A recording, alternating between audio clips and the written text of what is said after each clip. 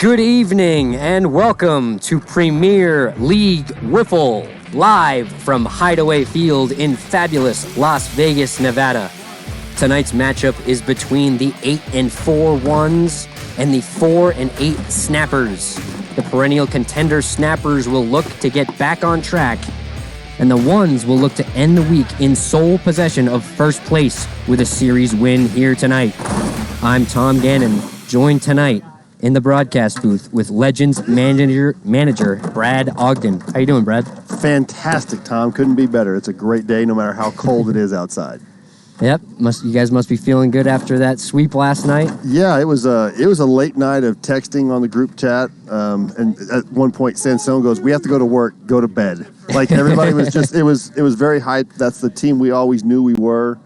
Yep. And I just think it was a good storm last night. Kind of got down early and didn't get down on ourselves, and it was a good night. So yeah, you guys played great. I know Jim was saying going down 5-0 early in that first game and just came right back and just kind of stomped us into the ground. I mean, there were close games. We felt like we had a shot to win all of them, but I mean, you guys really executed. Yeah, the things that usually cost us in seasons 1 through 3 were a drop ball in the outfield and not, a booted ball in the infield. Those always came back to haunt us, and we didn't let that happen last night. And we were able to capitalize on unconventional, uncharacteristically Sandviper mistakes. We were able to capitalize on all of them. And those were the difference in the games. Yep. And let's get into tonight's matchup, Snappers and Ones. Let's see that away Ones lineup. Looks like leading off for the Ones, Justin Spurrier playing third base. Batting second, Adam Couts, the Gold Glover at shortstop. Batting third, you see in the graphic, Austin Bird Bull, the designated hitter. In the cleanup spot, Adrien Gutierrez playing second base. Batting fifth, Jeremy Llewellyn, that's right, yep. Another designated hitter, the free agentship rookie for the Ones. And in the sixth spot, manager Scottez Dobbins playing left field. The substitutes, Spencer Barrick, Cody Schmidt, and Tyler Applezoller. Yeah, flipping the lineup, Scottez usually the leadoff hitter, but he's struggling a little bit. And Spurrier coming off the injury, he had a broke his leg, and then he's come back, and he's a good bat-to-ball contact guy, so leading him off, trying to get in front of Couts. And, their power hitter taking over for Ryan Chen is Bird. Bird is a legit power hitter in this league, and I like the lineup. Yeah, it looks like no Ryan Chen, at least in Game 1. Yeah. Do you know if he's expected to play at all in Games 2 or 3? I don't believe so. Like they're without him tonight? They're without him tonight, as I wear one from Goot. Yeah, and they're Cody Schmidt on the mound. They're still plenty deep. That's the Ones have a deep roster. Missing Ryan Chen obviously hurts. Cy Young Award winner, MVP candidate, shortstop, 3-hitter. But the next man up, Llewellyn, was picked up for his bat, so let's see what he's got. Yeah, it's going to be an exciting series. The wind blowing in tonight. Oh, this is probably the harshest weather since the Cajuns Legends series, where the wind was blowing across the field about 40. That was quite the series. And I think this is going to be like the last night. I think this is the last night where it gets bad. The weather's going to change. We're going to be into maybe a true spring starting next week, and this will be the last week, maybe tomorrow, last days of this kind of weather. All right, we are just about ready to get underway. Get those WIFFLE points in. Looks like we have a 2.5 run spread in tonight's Game 1 between the Ones and Snappers. 72,000 points in on the Snappers, just 60,000 on the Ones. Wow. What do you think the smart money is here? Smart money's on the Snappers. Wind blowing straight in. Pitching and defense is the Snappers' calling card. They don't have a lot of offense, but at least not offense this season, but we kind of talked about that going back to the mean. They're not going to hit this bad for the whole season. I look for them to at least put a couple runs together. And the Ones, if the wind can neutralize those Ones bats, it could be a low-scoring game. As you see the Ones, there you see the Snappers, they're doing their little time to eat chant that they've done before every series so far this season. So you can just see what kind of lineup they have. A one-handed Taylor Bryner is playing left field. Yeah, definitely not a deep roster for the Snappers tonight. Here's the first pitch. Looks like that one. Give me just 1 second, Brad. You got it. You're going to have to hold the fort. I got the fort. Wines and deals. Top pipe. Two 55s, it looks like, right off the bat. So bang, bang, you're dead. Brandon Gregg, undefeated on the season, 2-0 with a 3.26 ERA. Not really a strikeout pitcher. He's about 1 an inning, so now he faces the dangerous AK, Adam Counts. Misses a little low and away to even the count at ones. Brandon struggles with his control from time to time, and the wind's not going to help him tonight. And there's a laser up the middle, but Taylor gets there pretty easily, keep it to a single. And the ones are in business, get a runner on the first inning. Welcome back, Tom. Quick start. I was just getting that radar gun and the timer on your screen. You can see in that right corner, forgot to set that up. And you guys, now we're ready to roll. We're ready to roll. Well, it looked like it was 55, tink, tink. That's what he did to right after that, to Spurrier. And here's Austin Bird Bull trying to get something going for the ones, keep this rally. And it looks like Couch taking a large lead off first base. Not staying within the 6 feet as Bird pops it up in foul territory. That's going to stay foul. Gregg runs into the little dugout table we've got down the first base line, and I think they got the wind knocked out of him. Yeah, so that ball started at the pitcher. Last night, you catch that on the mound. Now it's a foul ball. Last night, I think Hicks catches that at shortstop. Yeah. You know, the wind really knocking everything down, really coming from the left field pole to the right field pole. Yes, and it's significant. You'll be able to hear it most I of the think night. you can hear it on the stream. I can hear it on my headset.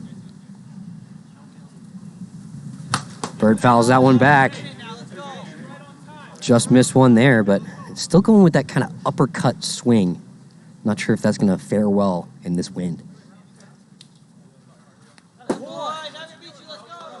So Gregg features a big screwball, but sometimes he has trouble finding it. Kind of bounces it a couple times, so he's trying to overthrow it, and you saw it there.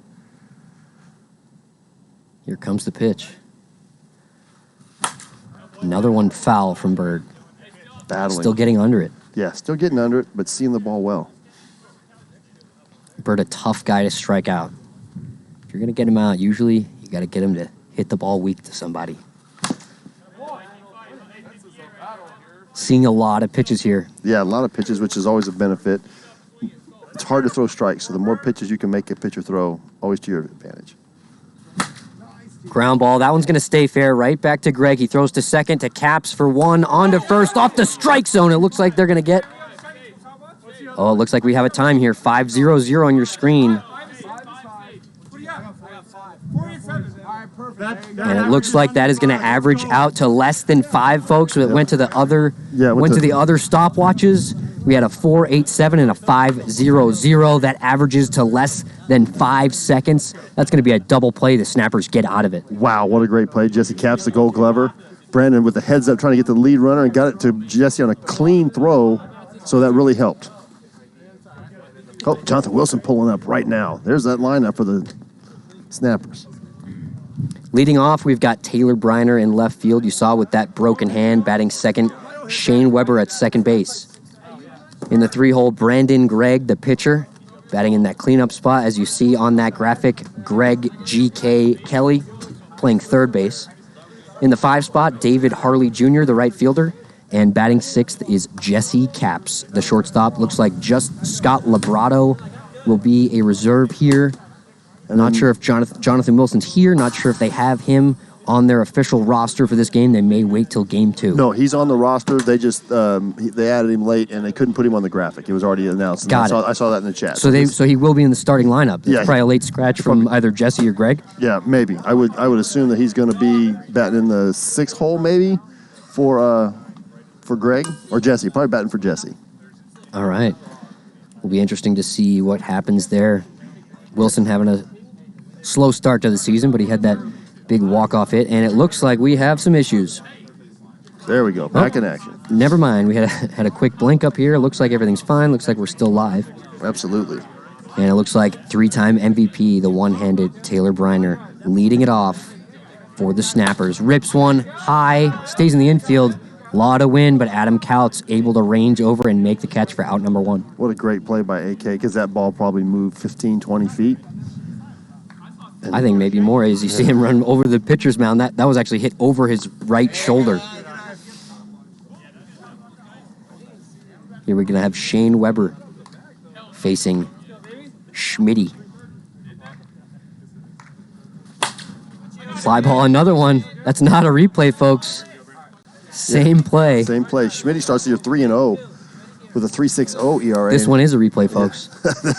Yeah. So you got two undefeated pitchers starting tonight. So let's see who gets the first L. Let's see who can lead their team to victory here. And this is low, unless a reliever gets the loss. Oh, there we go. They could both end the game undefeated as well. Thanks, Try Hard New. It was much appreciated. It was a lot of hard work.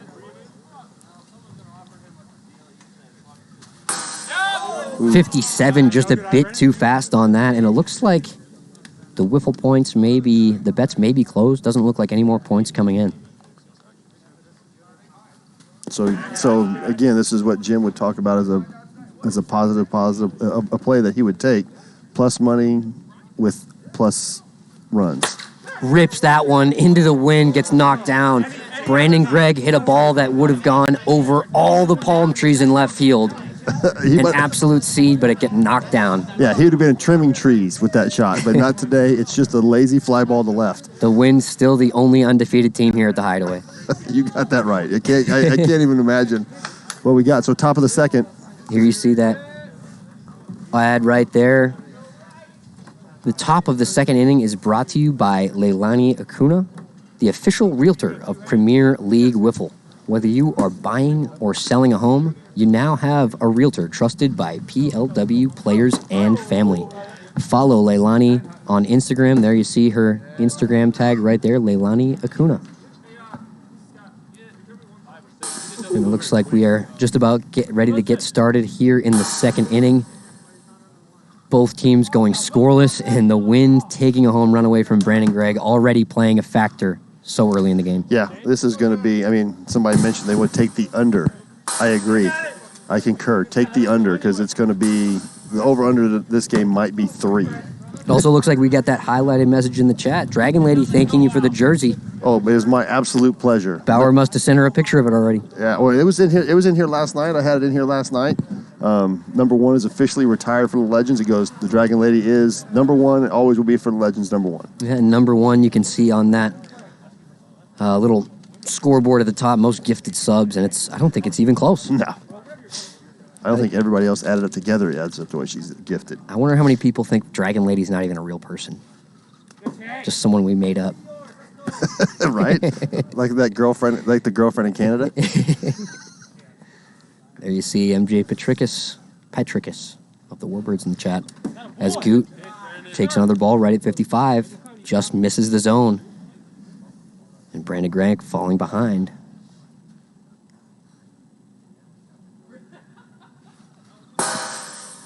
.57, just a little too hot. Wow. And Goot showing great patience. Yeah, not typically his mode. He's a free swinger, but as people get more accustomed to this league, they get more patient. Especially ahead in the count here, it is 3-0. Off the top bar, and that's going to fill the count. That's when you just tip your hat. You're not looking for it up there. You're just like, hey, I'm looking for a spot to drive it. Yeah, 3-0, you're not supposed to swing at that anyway. Not a good pitch to hit.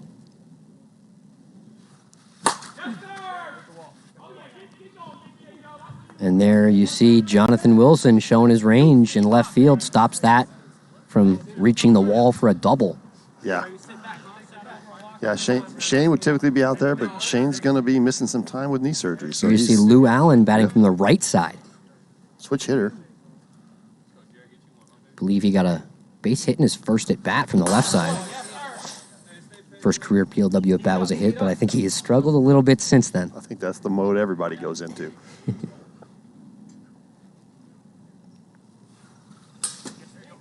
.58, just a little bit too hot. Brandon Gregg has often had issues staying under that limit, and when he does, he's very effective.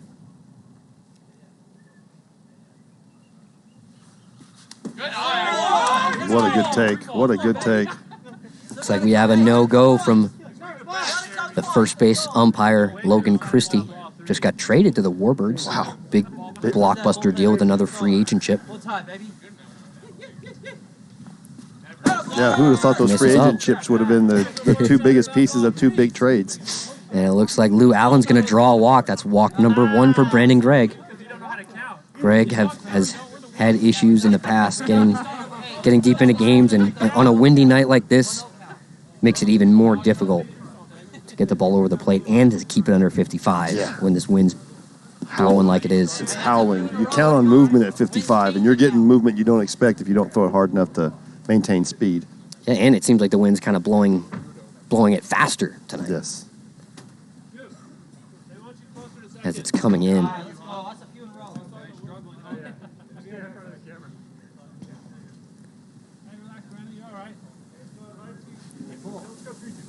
Scottez Dobbins trying to do something from this second leadoff spot. Like you said in the pregame, normally the leadoff hitter for the ones. Yeah, I think the 6 hole is probably the second outside the leadoff hitter. The 6 hole is the most important because it rolls that lineup over and usually gets it over to your best hitter across most lineups. Yeah. Dobbins takes that at 56. That's going to be ball 4, and that's going to do it for Brandon Gregg. We've got that 2-walk rule. Once you've walked 2 batters, you are done for the game. He can come back in for game 2 or 3. He still has 7 innings left. He's appeared in 2 innings, and it looks like Taylor Bryner, reigning Cy Young Award winner, is going to be coming in here with 2 on and no one out in the top of the second. Yeah, so now you're going to arguably their best pitcher. I don't think they wanted to go to him this early, but bases loaded, this is definitely a spot for TB7, as we like to call him. By far their best pitcher historically, and he's a strikeout pitcher, so let's see if he can get Spurrier with a strikeout or get an easy ground ball where they can hit the center panel, get the guy out at home, and save a run. Yeah, I think, was it last week they faced the Bombers? I think Taylor had 19 strikeouts in 9 innings of work. Yeah. So definitely. Yeah, I mean, his stuff is effective in the zone, and it's all from the same launch point. Yeah, and you don't win Cy Young by accident. No, I mean, not in this league. One of, if not the best pitcher in the league. Yeah, I mean, I made this statement for all the wiffle ball nerds, and Tom's a wiffle ball nerd like me. You go look at the drop, and they have the top 100 players every year. We have multiple players in this league in that discussion of the top 100, and maybe 3 of our 5 best players are not on that list. Yeah, that list coming back out in, I believe this month, they're coming out with the list again.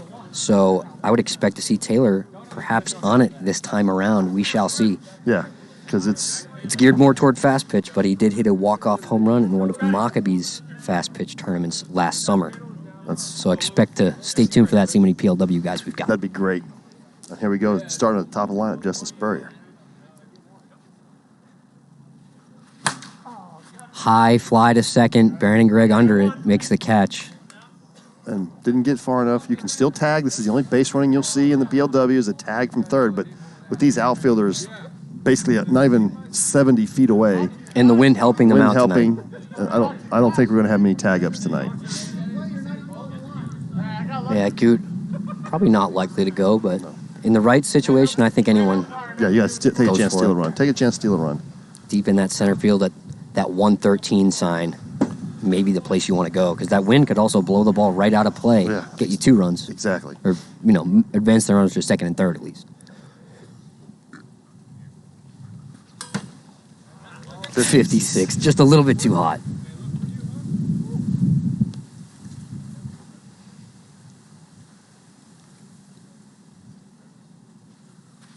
Rips that one the other way. That's going to get to the wall, and that's going to clear the bases. Adam Couts with a 3-run double. Yeah, so AK, he's always been right on the edge of MVP discussion, and a big season from a championship-level team. I can see him being in that discussion again. He's a triple threat we like to talk about. Plays defense, plays offense, and pitches. That Gold Glove winner was really their ace last season with the absence of Chen and Schmitty.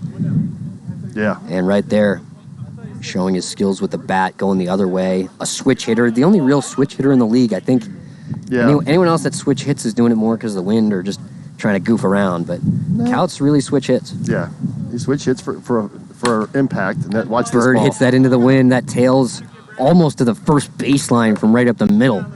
But Brandon Gregg able to make the play. But yeah, Cody Reynolds from Lightning, he's a legitimate Look at you see him take 2 or 3 steps the other way before turning back on that ball. What a crazy wind we have tonight. And Taylor using that wind to throw his screwball 54. Wow, great pitch. Goot wants nothing to do with it.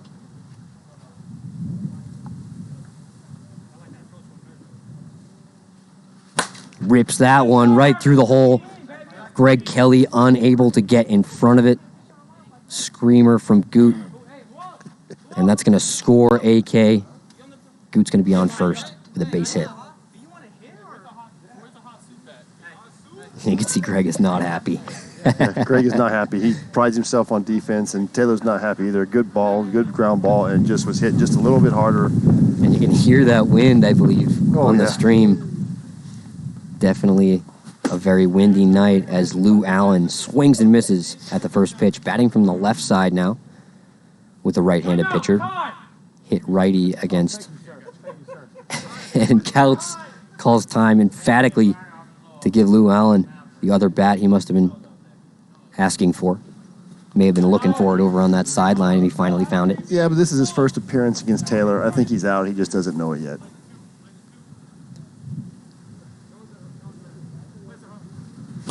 Oh, got a Foul base. tips it. Stays alive, but Great swing on a good pitch. Taylor still ahead 1-2. Able to come with anything out of his bag of tricks here. Yeah. Look for a screwball away. Oh, gassed him up. Gassed him 58, up. just a little bit quick. Gassed him up in the zone.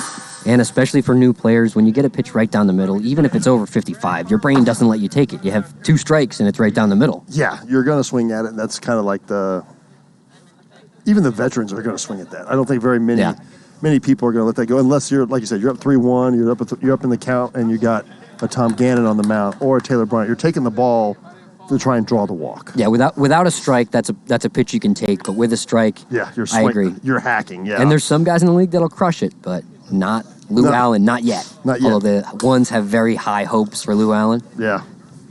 Yeah, free agent pickups have been used exclusively this season for accomplished baseball players. Like literally guys with minor league resumes that were drafted. So this is the talent pool is getting better, and it's getting serious. And guys like me are hoping that Taco comes out so I can play. I mean, you're hoping Taco comes out last season too. Exactly. Both at bats I get are great. Yeah, you guys really showing off that lineup last night. Yeah, well, everybody making our pitchers work. Going to 6 helped our team, I think. Yeah. Yep, Tomahawks back in the early days, you guys really crushed it. One of the quickest to adjust to the wiffle ball, I think, with all those baseball and softball players. Yeah. And Greg Kelly flies that to left field. Another one killed by the wind, and Dobbins able to range in and make the play. You see Dobbins thought that was coming right to him and then had to kind of get on his horse to make the catch as the wind knocked it down. Yeah, so he can't feel the wind with that container right there, but he's playing probably a good 15, 20 feet in front of that container. So he's only at like 65, 70 feet from the home plate. So he's as close as anybody would ever be. The wind really whipping. Here's David Harley Jr., the former Sand Viper. That's half the league now, isn't it? Just about.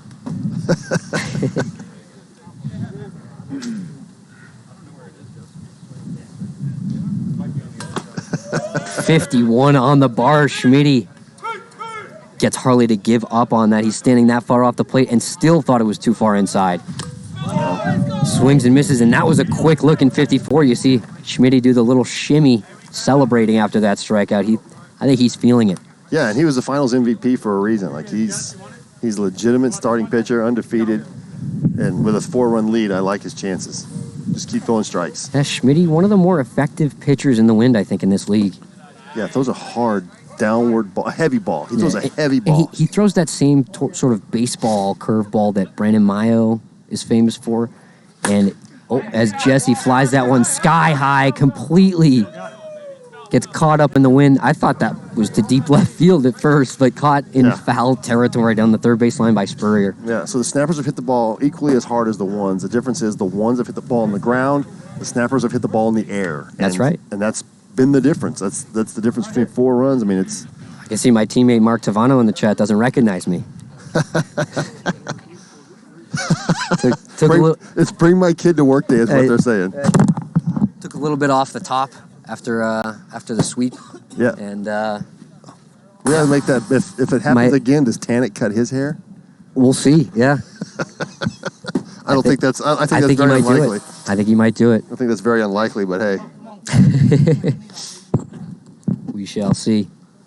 And it looks like Bryner just about ready to get started here in the top of the third. One's up 4-0. Oh, Jesse's got to tie his shoes. I mean, he's probably a little blinded from the pants, so he can't see his shoelaces, but he's ready to go here. Jesse doing his best James Stein impression. No. James Stein has not made an appearance yet this season, but I think after one series, he will lead the league in shoes tied. Oh, guaranteed. Guaranteed. Every inning, at least one shoe. Yeah, sometimes both. He often unties them. They're not even untied. And he doesn't even double knot them.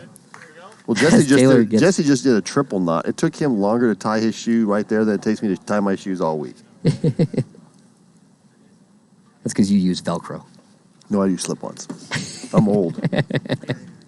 As you mature, we call it, we go to less and less laces. Dobbins rips that one. Looks like it's going to stay foul off the tree in left field.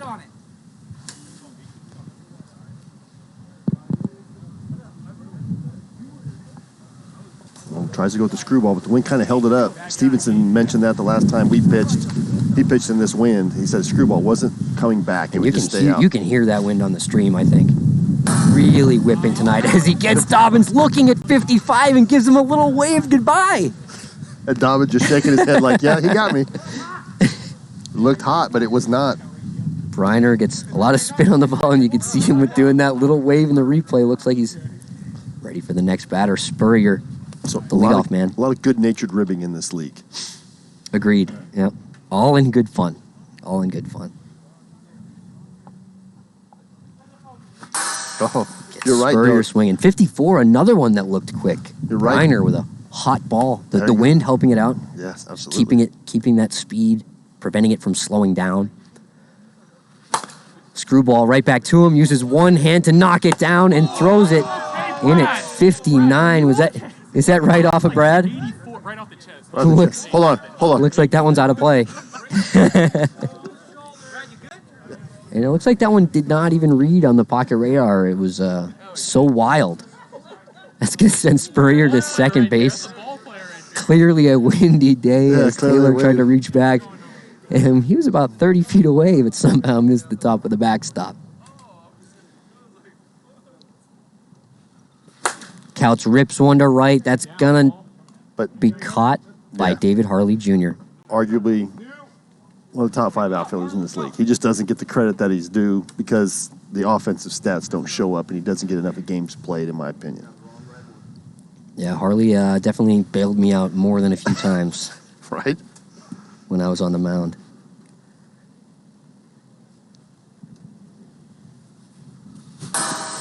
Bird. Big hack, nothing to show for it.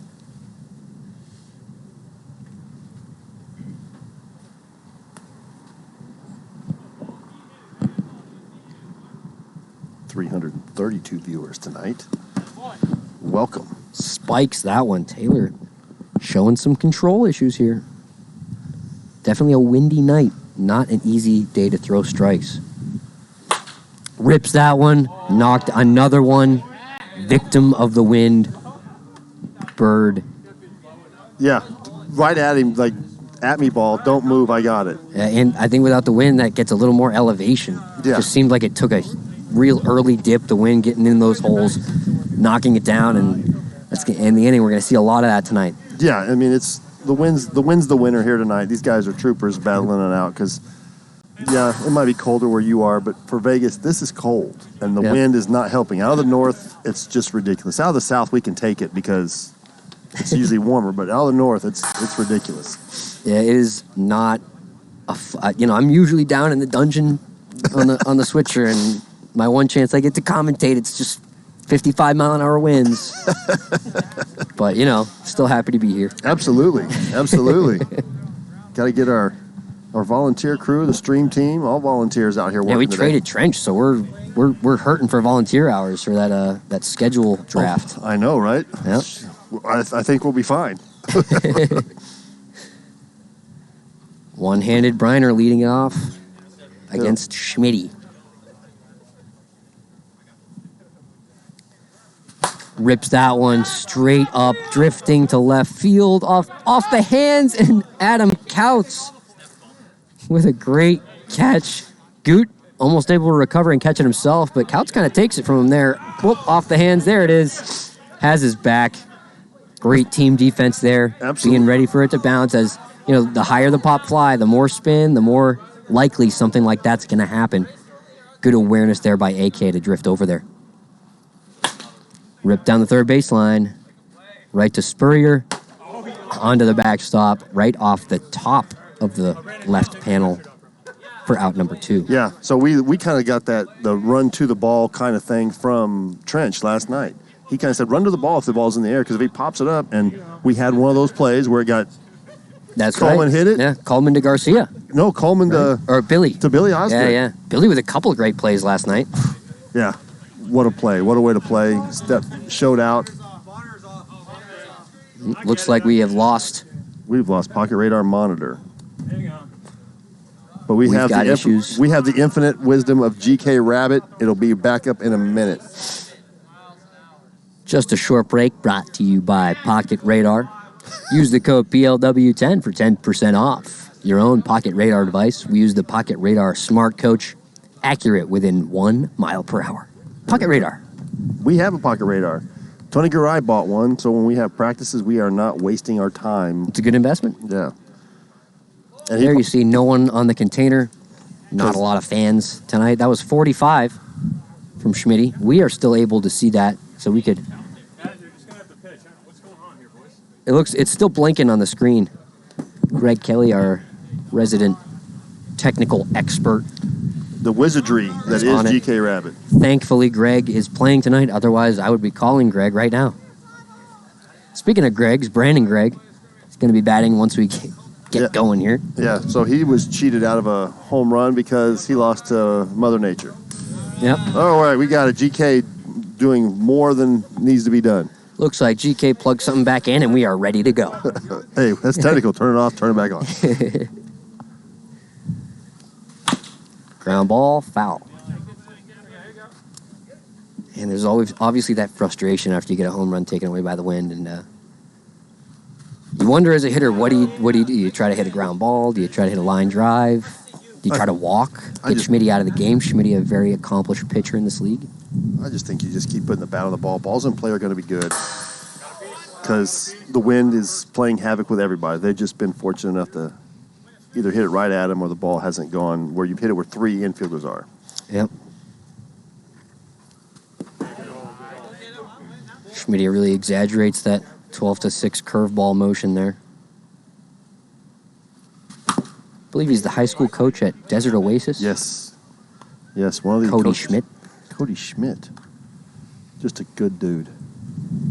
Happy to have him back in the league as 56, and he's got that smile on his face. He thought he had him there.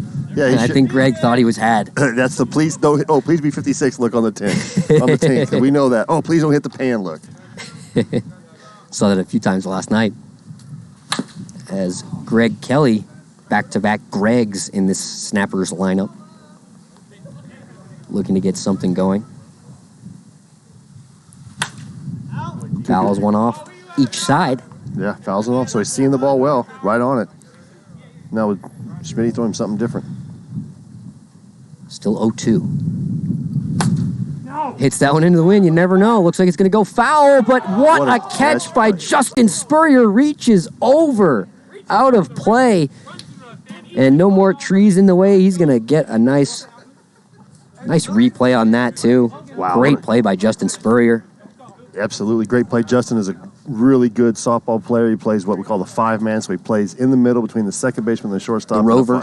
The rover. And he turns 2 as a left-handed. He's one of the better middlemen in Nevada, so you're not missing anything with him in the infield. It's a great add to the team that they picked up last season, and then him not losing any mobility with that leg. And I think this may be his first series back after that injury. He was playing with the boot. Yeah. But I think this is his first week playing back in the field after that. Yeah, first week in the field. He's got a couple of at-bats, couple of plate appearances, but this is his first appearance in the field, and they needed it. That was a great play.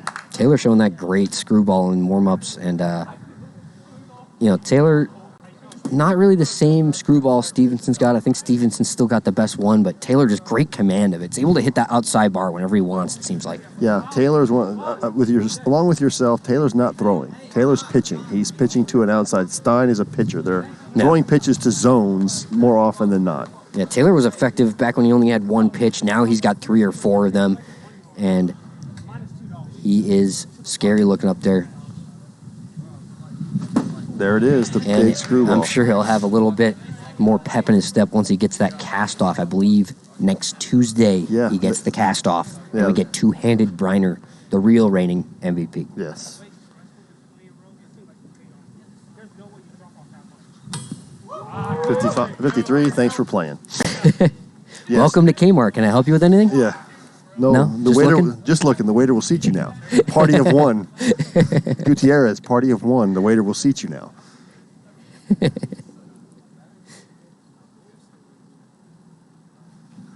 $53, man. Taylor showing great control of that screwball. Gets Lou Allen looking.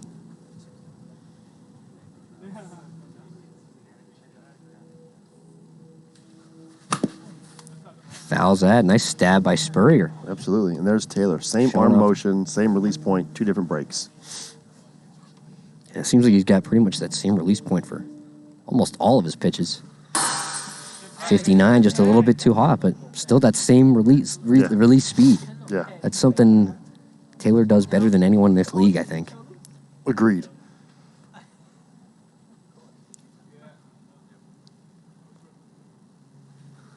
Which is why I cannot explain why I hit him well. I cannot explain why I hit yourself, Stein, and Taylor better than anybody. I think you're good against strike throwers. Yeah, because I'll swing out the zone. As he gets Lou Allen on strikes right at 55. He does swing, recognizes the strike, but too nasty. It's going to bring up manager Scottez Dobbins. Dobbins, another screwball taken. And these ones hitters just shrugging the shoulders after that pitch. First pitch, almost every batter so far. Let's see if Taylor keeps doing that or if he mixes things up. 53, see you later. Goodbye. Dobbins ends the inning. Another strikeout. Yeah, so there's TB7 doing what he does, trying to keep the game close. Yeah, a lot of times you see in that chat, who's the best pitcher in the league? It's Taylor Bryner, I think. Yeah, I mean, like I said, you can have moments of other guys, and somebody might win. It's like LeBron not winning the MVP when in his prime every year, or MJ. He's the best player in the league. There's other guys out there. There's other guys that are going to have good seasons, but day in and day out. Yeah, so consistent, 3-time MVP. I mean, what can we say about the guy that hasn't already been said? Yeah, I mean, he didn't win a Cy Young in season 1 because Mayo had the 20 wins. Yeah. No, I think it was Stein that won season 1. But Stein had like a 1.1 ERA. Like, and that was when we went to 9 innings. I think he had an even lower ERA. I don't know. We ended up switching those numbers to 6 innings. Yeah, so it changed up, but yeah. Oh, man, here we go. Looks like they're ready to go. Bottom 4, 4-0. Harley leading it off for the Snappers.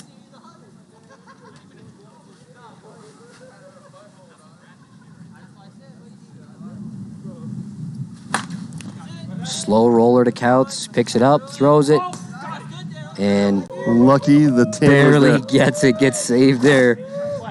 Then you can see the smile on Couts' face because he knew he started being like, oh dang it, as if he thought he missed before it hit, and the wind saves him. A little help from the wind. You don't see that often, but you see it there. Cap swinging a miss.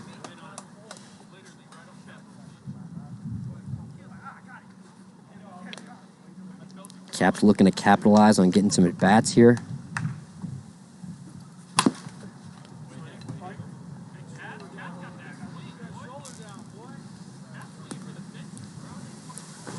And you can hear that wind whipping here at the Hideaway. Caps rips one right through the hole. Base hit. And you see Jesse has some words, I think, for Couts after that. Couts had a few words for Jesse before that pitch, and it looks like they're having a little friendly debate. Yeah, Jesse is eager to jump into friendly debates. And Taylor Bryner rips that into the gap. That's going to be a base hit. Dobbins prevents it from hitting the wall. That's going to be on the left side, first and second. And that brings up Shane Weber, the engine for this Snappers offense. Yeah, he's really the only hitter hitting over 300 on a team that's struggling, and he's been doing it pretty much one-man band here. Yeah, really carrying the load for the Snappers. Like you were saying earlier, he's got that knee injury. Going to have surgery, I believe, the end of the month. Yeah, when Taylor comes back, he leaves. And knuckling line drive, kind of sinker. Dobbins picks it up. Tries to tag Jesse out. Exactly. And the first series that we get the Snappers play with a new Taylor and no Shane is against yours truly, the Legends. Yep. And that may be the only, as Greg grounds it to third, steps on third, and that's going to be out number 3, ends the inning. Spurrier, the left-handed third baseman, not something you see in baseball. But you'll see it in softball because it's just about getting down, keeping the ball in front of you, and Spurrier's a good hands and the new hockey goalie style of playing defense on this AstroTurf. I think they talked about it. Kyle and Jim kind of highlighted it last. It's almost even like being a catcher as well at times. Like I saw Justin Grenier on the Bombers, look like he was blocking a curveball when he was playing shortstop and second base, and I thought that was actually really good form. Yeah, and we talk about other leagues have the clean fielding, but we're the only ones that play on AstroTurf. Yeah, and we're the only league that uses the 5-second rule. It's one of my favorite rules. Yeah, so. In the other leagues, and you have to correct me if I'm wrong, if you just field it clean and make a throw... You have about 12... I've seen a lot of 12-second double plays in fast pitch. Yeah. So you got all day, just got to field it clean. You get a weak ground ball, you back up on the ball, you field it, and then no one's covering second, so you just throw it way high in the air so someone can run to second. They catch it, check the holes, do their taxes, and throw home. A nice slow throw home that takes 3 seconds to fly into the backstop for a double play. Here, you only have 5 seconds to do that. Jim Dodos in the chat gifting subs. Good evening, Mr. Dodos. Dodos, I think, is the technical pronunciation. We were talking about that yesterday. Jim Dodos. Doesn't that sound wrong? It's like all the warbirds, like Petricus. That's right, but it sounds so awkward. That's why everyone calls him Petricus. We just call him the All-American. Yeah. Matt Lanta. There we go. That's an easy one to pronounce. Thanks, Jim. Appreciate it, bud. Yeah, shut up, Jim. I already forgot about last night as Spurrier. Swing and a miss. 2-2 count. Well, I like it, our team. We started off 0-5, and we're 7-3 I like what we're doing. Did anyone tell you that Owen joke? No. And there's the nasty... Another strikeout looking for Bryner. All of these looking quick. He's putting a lot of spin on it. The wind is preventing it from slowing down, and everything looks a little bit hotter tonight than it normally would. So, earlier in the season, someone might have been able to say to you, knock, knock. Who's there? Owen. 10,000 clowns out of work, folks. We got AK up with a big 3-run double his last time at bat. And he was going for the home run part of the cycle right there. He's got the double. He's got the single. No, just a double, I think, right? Yeah, just the double. I think he got the walk. 3-run double, though. 3 out of those 4 runs at the hands of Adam Couts. Bryner with a smile on his face, little back and forth between he and Couts. 2 of the best players in the league as Couts grounds that to first. Greg Kelly slides, picks it up, throws onto the backstop in time for out number 1. Out number 2. Ooh, excuse me. Thanks for keeping me in check there. As you see the 4.2 on the time. That's going to bring up the Birdman. Speaking of 4.2. Right? He had an RBI single in his last at bat. That's what gives him the 4. So Bird, one of the most underrated players in the league. I know you often speak of Casey Taravella in that conversation, but people forget how good Bird is, but he gets fooled by that screwball and see you later. I can eat my words. Maybe Bird's not that good. Bird, party of 1. The waiter will seat you now. No thanks, just looking. Oh, man. Good evening, all 355 viewers on this frigid for Vegas Thursday night. We got the ones and the snappers. Top of the table, like we like to talk about last night, and then the bottom of the table. Can the snappers find some offense? That's what they've been struggling on. Yeah, They won a series this season where they scored 2 runs. They won both games 1-0. Very impressive stuff. It was 1-0. They lost 0-2, and then they won 1-0 again. Masterful performance by Taylor Bryner. I think he threw about, they call him TV7. I think he threw about 7 strikes against the Bombers, but able to get them to chase. Yeah. And threw all of those strikes when he needed one. He was always able to do it. Yeah, we were talking about that the other night. I think he pitched an entire season, led his team in innings, and only had 4 walks. Yeah, that was that season 1 where no matter how windy, he seems to be able to get the ball into that strike zone and keep it under that 55-mile-per-hour limit. Yeah. Let's see if Schmidt can do the same. A little up and in. Greg testing his reflexes. Little matrix move there to get away from that, as you are required to avoid the pitch in this league, as you get some crazy curves that would hit you in the shoulder, but then it hits the middle of the strike zone. Yeah. Then you'll find that that's the baseball player mentality. They stand where the plate is, thinking that's the strike zone. And in baseball, they also teach you to wear it. So it's counterintuitive for a lot of these guys with a lot of years of baseball experience. They got to, kick that habit of almost sticking your elbow out there to hit the ball. Well, this poll, which Twitch fan would you like to see as a guest in the booth? It's the Dragon Lady, and it's not going to be close. Swing and a miss. Kelly down on strikes. And that's going to bring up David Harley Jr. looking to get something started here for these snappers. Tough night to hit, even tougher when you're already starting the year slow. Yeah, this is not a slump buster night for you. You can see White Boy Rick. It's a 2-horse race. White Boy Rick and Dragon Lady in that poll down there. Vote and earn some wiffle points. Harley rips a single right up the middle. Puts a runner on with 1 out.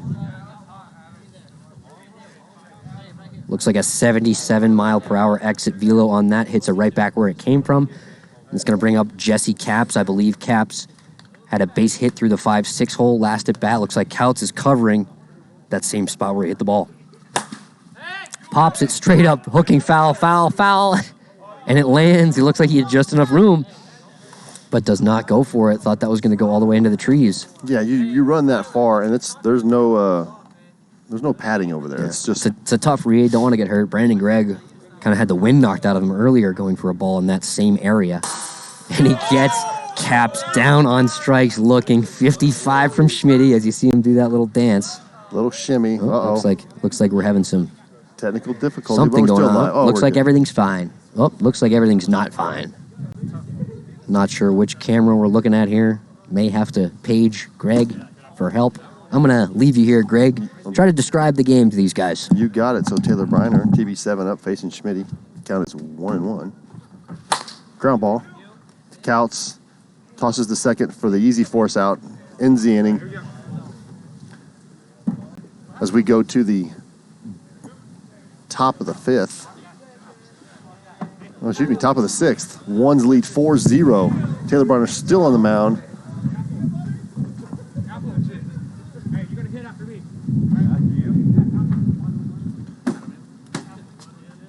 Right when you left, it came back, and we got 15 extra viewers. Yeah, I totally went down and fixed it. They didn't figure it out before I got there. Did you unplug it and plug it back in? No, they figured it out before I got there.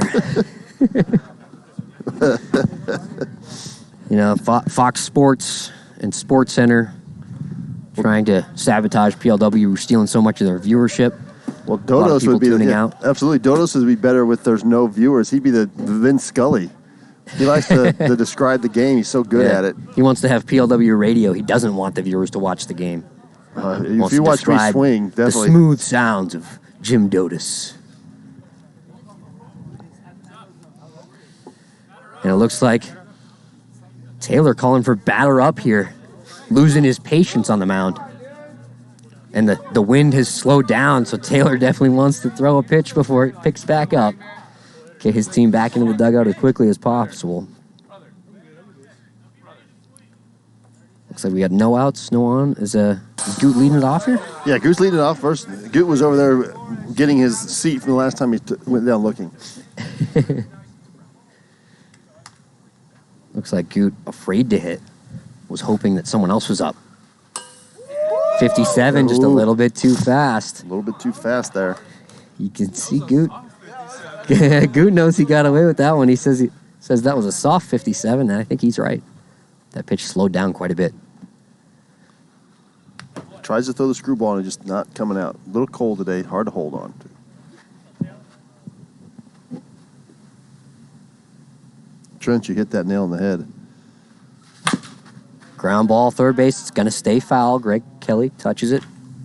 TB7 is going to pitch a lot of innings here in a game that doesn't look like they're going to win. Yeah, trying to keep his team in the game, give him a chance. But I agree, using a lot of his innings when it may be better off.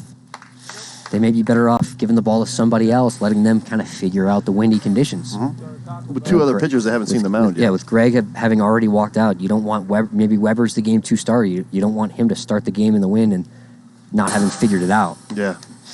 Outside pipe of 51. But, I mean, Taylor's dialed in. It's hard to take the ball out of a man's hands when he's doing this to these guys. Exactly. It's such a strong lineup, too.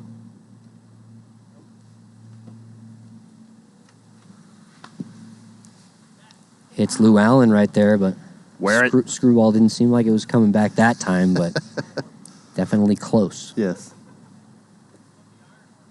Batters must get out of the way. Looks like he's crowding the plate a little bit here.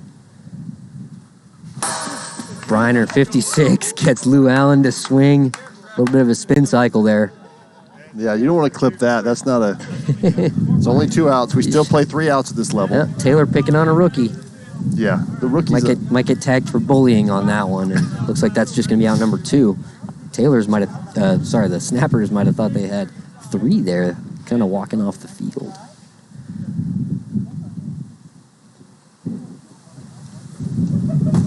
And you can hear that wind on the stream whipping like no other night.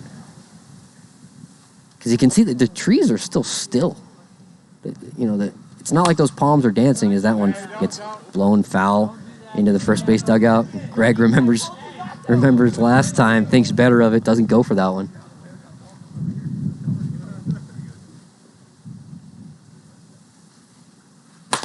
Ground ball to short, Caps, it gets through him, and that's going to get all the way to the wall. That's going to be a double for Dobbins.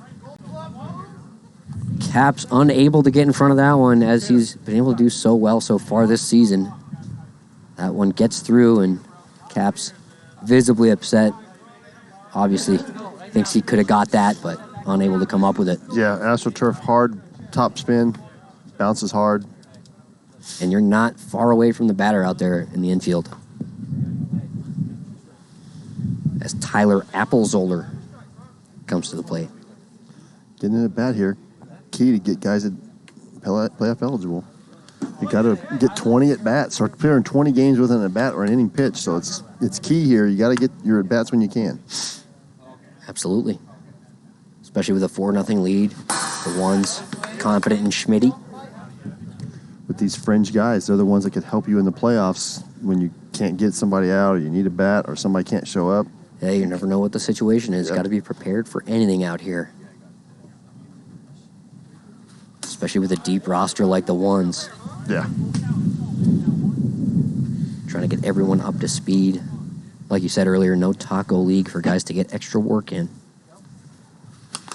Fouls that one off. Fouls that one off. A good bat by App. He'll live to see another pitch.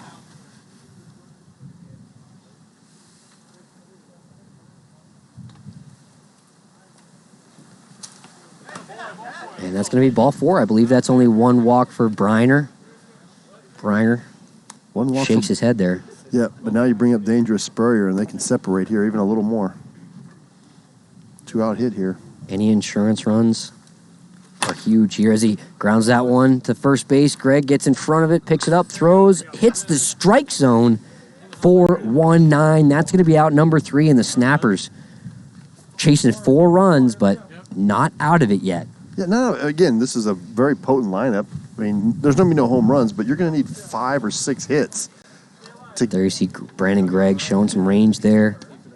Slow roller not hit quite hard enough to get through, and Cody Schmidt looking to close it out. Yeah, looking to go to 4-0 on the season, lower his ERA to probably sub-3. That's quality stuff in this league with these offenses. And in this wind. Yeah. This is not an easy night to pitch by any means. Obviously, you have the wind blowing in, but it blowing from left to right is also going to make it tough to throw strikes. Something I was going to say earlier, Schmitty, I think, has better control than most in the wind because he's throwing that baseball curveball. He's not using the holes. The holes aren't exposed to just have the wind blow right through them. And I think those sort of baseball pitches you have more control of just because they're not moving quite as much. But if he's able to place it, he's another guy you said is a pitcher. Yeah. If he can place it where he wants, keep that curveball low, hit the top bar, mixing the slider, he's been very impressive so far tonight as he gets Weber to ground down the third baseline foul, and he's ahead in the count yet again. You hit the nail on the head. He's not relying on the holes. He's relying on wrist action and arm motion to get the ball to move. Yeah.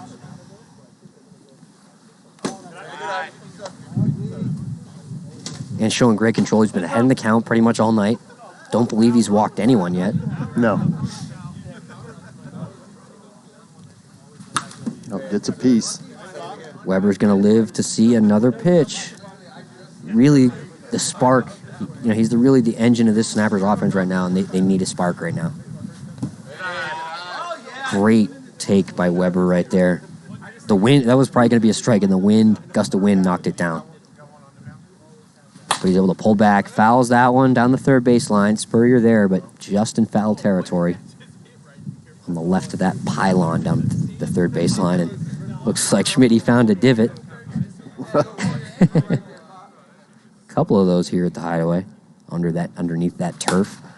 As Weber pops it straight up, and it's blowing back toward the center of the field, but AK has dealt with a few of those tonight, able to camp under it, plays the wind pretty well this time. As you see, AK doesn't look like he's going for an adventure. Looks like he knows where that's going to go, claps his hands, calls for it. Textbook. Fouls that. Looks like it's going to stay fair or foul. Not sure.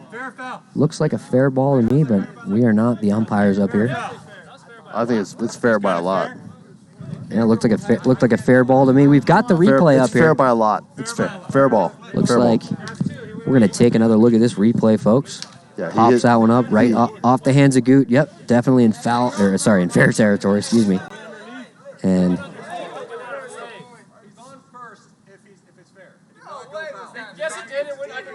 it looks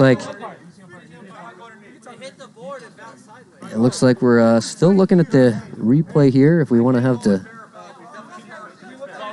umpires looking, I mean, we got a good view at that. I've got a reached on error on that. Yeah, it's definitely a fair ball. But now the question is did the ball roll out of play? Ah, I see. And it didn't roll out of play. It hit the sign. Yeah, it looked like it hit the whiteboard that is in play. That whiteboard is in play. So that's going to be on first base. Umpires get that call right. And the robot umpire, 54, gets that strike zone. Schmitty pitching ahead yet again. Runner on first, 1 out.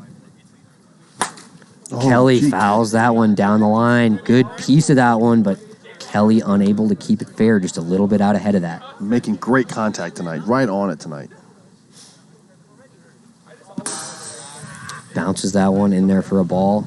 Kelly kicks it back out to him. And you hear that wind whipping, still blowing in from left field. Greg thought that was way upstairs, but kind of close on that one. Kind of close.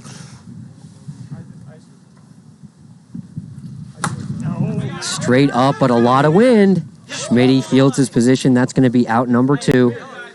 And Kelly bites his tongue and walks back to the dugout. I think he had some colorful words up in his head. Well, yeah, AK doing the Kelly Leak impersonation. Nobody else can catch the ball but me. Goes for that one, but Schmitty calls him off. A lot of wind. I mean, that ball looked like it was going right at AK. But almost blows back into foul territory. What a good play. A crazy night. Rally to the ball. Hideaway. You can hear the wind on the stream, I believe.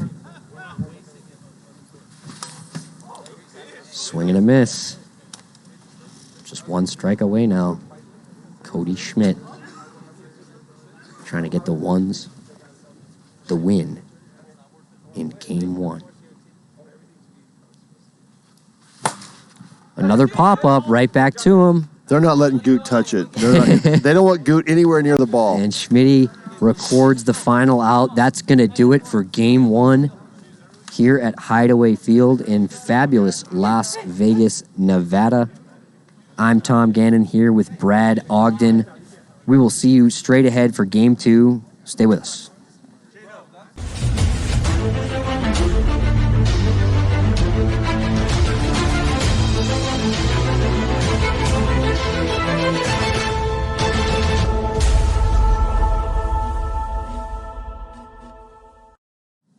And we are back live at Hideaway Field here for game two between the Ones and Snappers.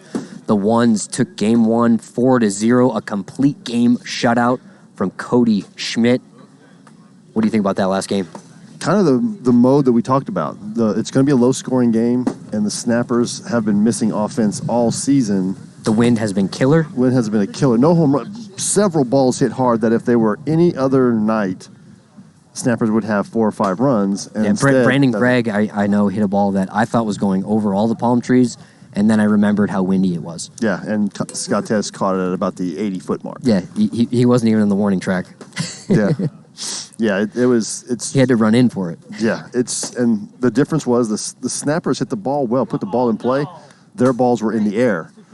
The Ones put their balls in play, but they were on the ground and they were hard. Equally hard shots, both teams squaring it up, but just, that eighth of an inch, that quarter of an inch to make it go up or down. Yeah, that's right.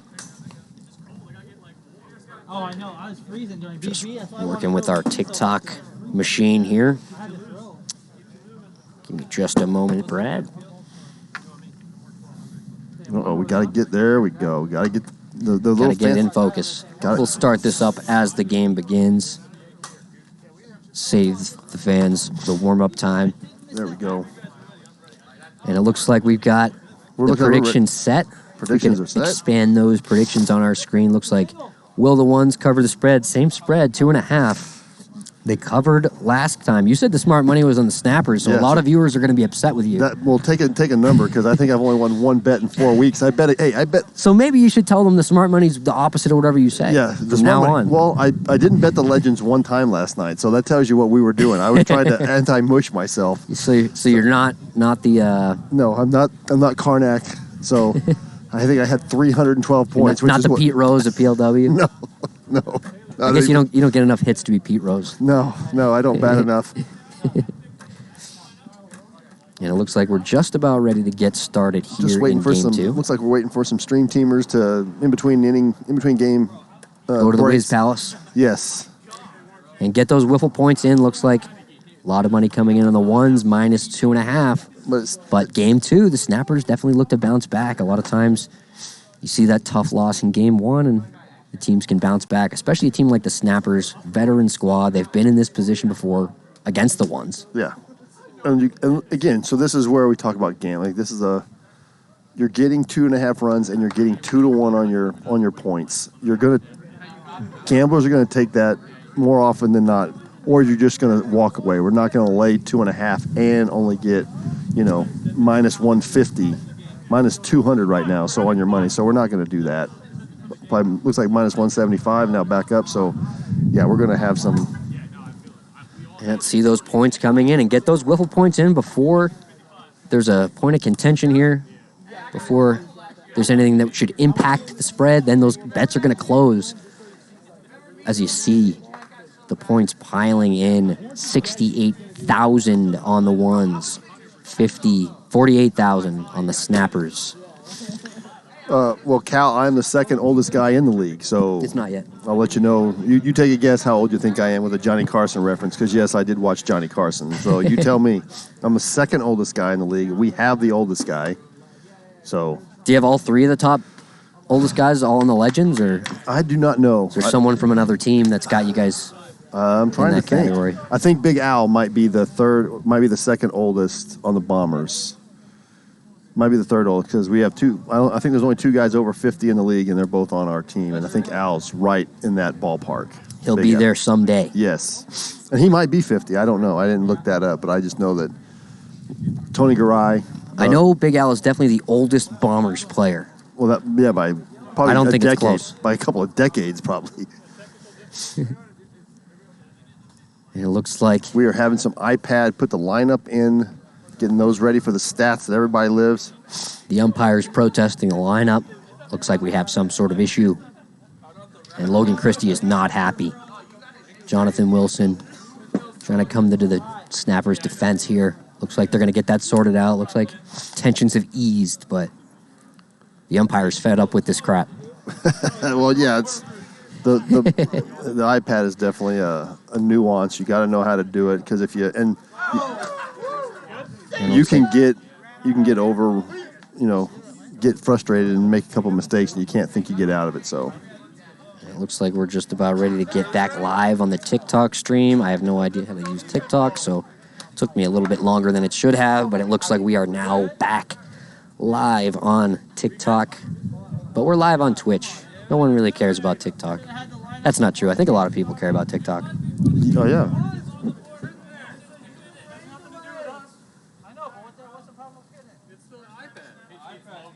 Looks like the iPad has been smashed.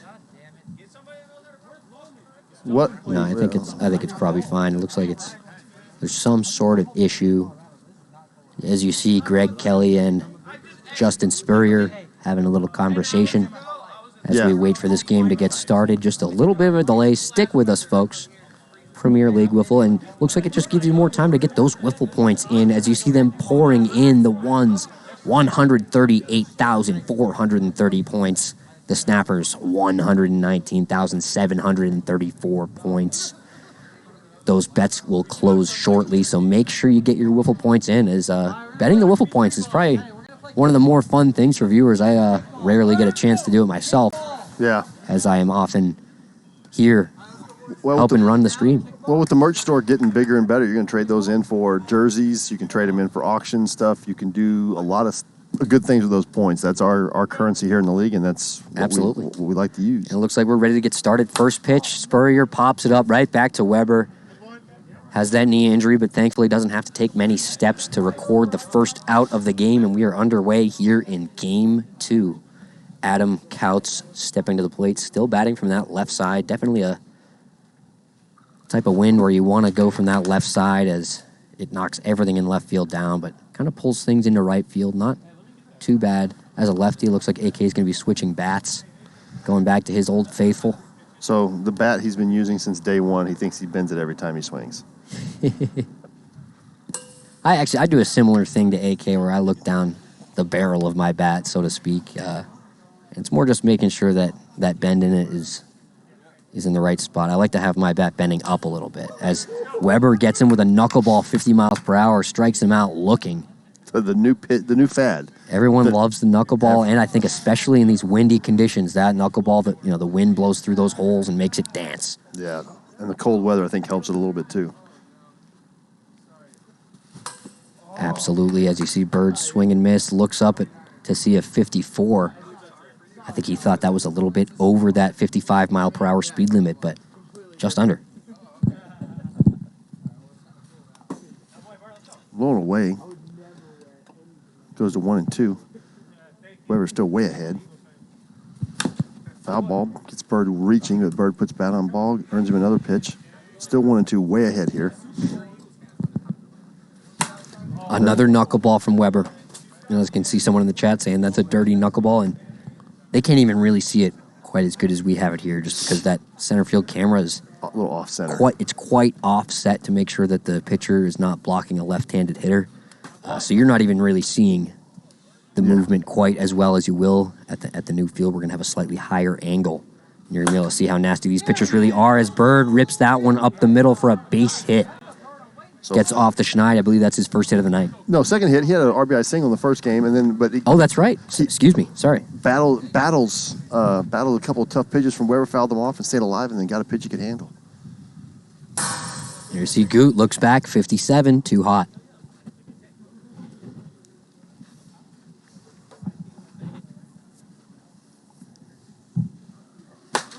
Fly ball opposite field. Is that going to carry? No, it gets knocked down, stays in the yard, and David Harley Jr. keeps it from hitting the wall. That's just going to be a base hit, first to third. Goes Bird. Yeah, if David's not getting it, nobody's getting it. And maybe Casey. Yeah, maybe. But even then, this wind, this is so just difficult. Goot does a great job going with the wind there. Hits a ball that almost carried out of the yard here, but the wind just able to knock it down in right field. Looked great off the bat. Lou Allen cuts and misses there. On a nasty knuckleball. There must be some Warbirds in the chat because I see a bunch of Warbirds icons. Yep. Heroic Bison, a Warbirds fan. Not sure if I know. Is Heroic Bison someone we know? I'm not sure. I feel like it's got to be. Lou Allen dribbles that one just fair off the hands of Weber into foul territory. He picks it up, flips onto the backstop. 5-6-6. Looks like that's going to be over that 5-second time limit. Reached on error for Lou Allen, the rookie for the ones. An uncharacteristic error for Shane, but that one, he's basically on one leg. Also, I'm saying it like Lou Allen is his first name and his last name. His last name is Lou Allen. What's his first name again? I have to look. Lou Allen. Lou Allen. I gotta say it smoother so you can tell it's just the last name. As Dobbins pops it up, foul territory. I think Weber catches that without the wind. He maybe even takes a couple steps back, but yeah, the wind just really fierce. Dobbins checks his swing there. Just able to hold it behind the plate. Jeremy, Adam Tanek chiming in, the commish, the Viper. Ground ball right back to Weber. Onto the backstop for out number 3, as you were saying. Yeah, so Jeremy Lou Allen. But there's Shane making the play, kind of capitalizing on a mistake. The ones capitalize on the mistake, and tonight with the conditions that everybody's playing in, taking advantage of the mistakes and getting that extra out. You know, the 18 outs is easy to get, but if you give them 19 and 20 outs, you're going to have a tough time winning. Especially against the ones, not a team that you want to give 20, 21, 22 outs to, because they're going to use those outs and they're going to put up a lot of extra runs, give themselves insurance, and a lot of times that's the difference in the game. Yeah, so I mean, even with Ryan Chen missing, their lineup is still as potent as anybody's. And now you've got, taking an early lead against a team that's struggling to score runs, and now you're going to their second best pitcher, Adrien Gutierrez, another pitcher that's undefeated. Goot, very underrated, kind of gets lost in this one's rotation, but very effective stuff. Has that tight slider, moves late. Yeah, when we faced Goot, I noticed that his pitches were very heavy. Everything was, it just, when I say heavy, I mean it's not like a baseball, but when you hear it come off the bat, it just sounds like a thud more than the crisp smash that you hear when somebody makes a good connection. Another thing Goot does, he puts a lot of spin on that ball. The way Pocket Radar works, it actually picks the ball up right out of your hand in about the first foot. So Goot, one of the pitchers in this league that throws a pitch that doesn't slow down, it really coasts. Mm-hmm. And especially in that wind helping it out tonight, it looks a lot faster than it is because it doesn't slow down at all. Versus, for example, Cody Schmidt, their pitcher last game, throws that big curveball, has the holes not lined up, throwing a true baseball curveball, and that pitch slows down a lot. Yeah. So a 52 that you see right there from Goot and a 52 from Schmidt's curveball look like about 5-6 mile per hour difference, I think. Yeah. So when you think of the guys that throw in 55, but it looks hot all the time, Jake Purdy. Yeah. He's a dart thrower. It's just a quick snap of the wrist. Jake Purdy, James Stein, yes. Randy Dalby. Dalby also having another factor, being so tall. He's actually throwing the ball, releasing it a little bit closer than everybody else. Yeah. So, yeah, it's going to be... Taylor Bryner, another guy in that category. Mm-hmm. All right, Casey Taravella on your team. Yeah, absolutely. TB7 going to start us off. Let's see if he can get something going in this first inning. They don't want to fall down and get this ones train rolling. Yeah, Snapper's trying to bounce back after that complete game shutout from Schmitty. Trying to get something on the board as Bryner goes up the middle, but Bird there to make the play. Out number 1. You can see a little bit of frustration in that Snapper's dugout. Seems like they're hitting the ball hard. Seems like they're doing everything right. Just right at But they still haven't even scored a run tonight as Weber rips at that one. unable to come up with it. Gets a piece, but piece just isn't enough tonight. You have to get all of it. And even if you get all of it, you might still fly out to shallow left field. Yeah, if you're lucky. Weber stays alive there. A little bit of a defensive swing, it looked like. That ball seemed like it was running away from him, going outside. Weber, a tough out. One of the toughest outs in this league. You will not miss the ball. Almost rolls over, but that one stays foul. I think I was saying that earlier about Bird, the second baseman for the ones. He also is a tough guy to strike out. A little bit of a waste pitch there. Yeah, I like it. I don't think it's not going to work on Shane, but it's a good pitch. Ahead in the count. Good to try to find it. Floats that one up, and that's gonna go fair. Spurrier picks it up and throws it. Just another one right off the top of the backstop. Yeah, That's going to be out number 2. smart play by Spurrier, letting it come back to him. He was right there, letting it bounce back to him in fair territory. Plenty of time. Spurrier, good to see him back from injury. Looks like he's moving well out there. Yes. Probably not back to 100%, but his 65, 70% is better than a lot of other people's 100.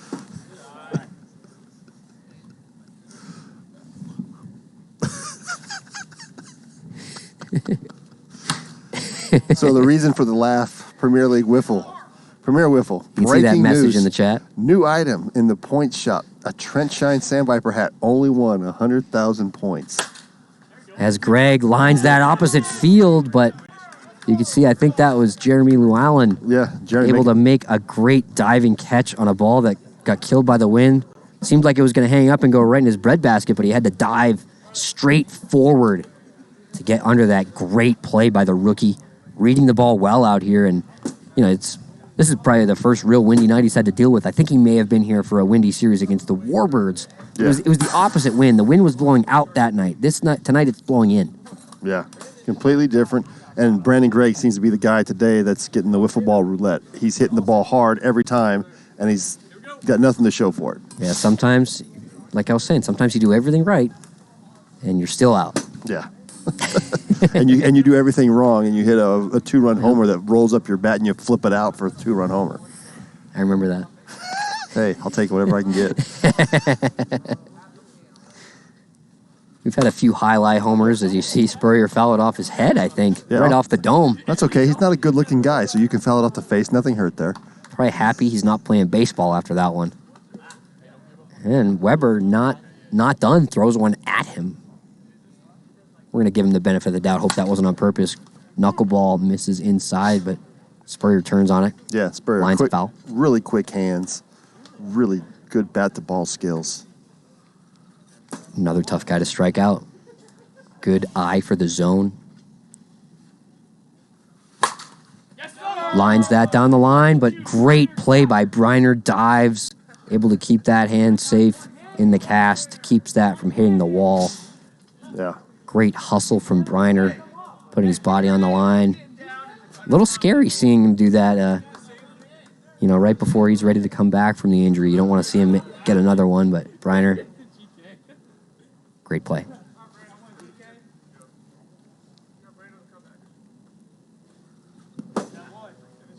AK staying with the left side, and I expect to see him batting lefty all night. I think even against Brandon Gregg as he grounds it to Brandon Gregg. Flip to second for 1, on to the backstop for 2. Looks like that's going to be a double play.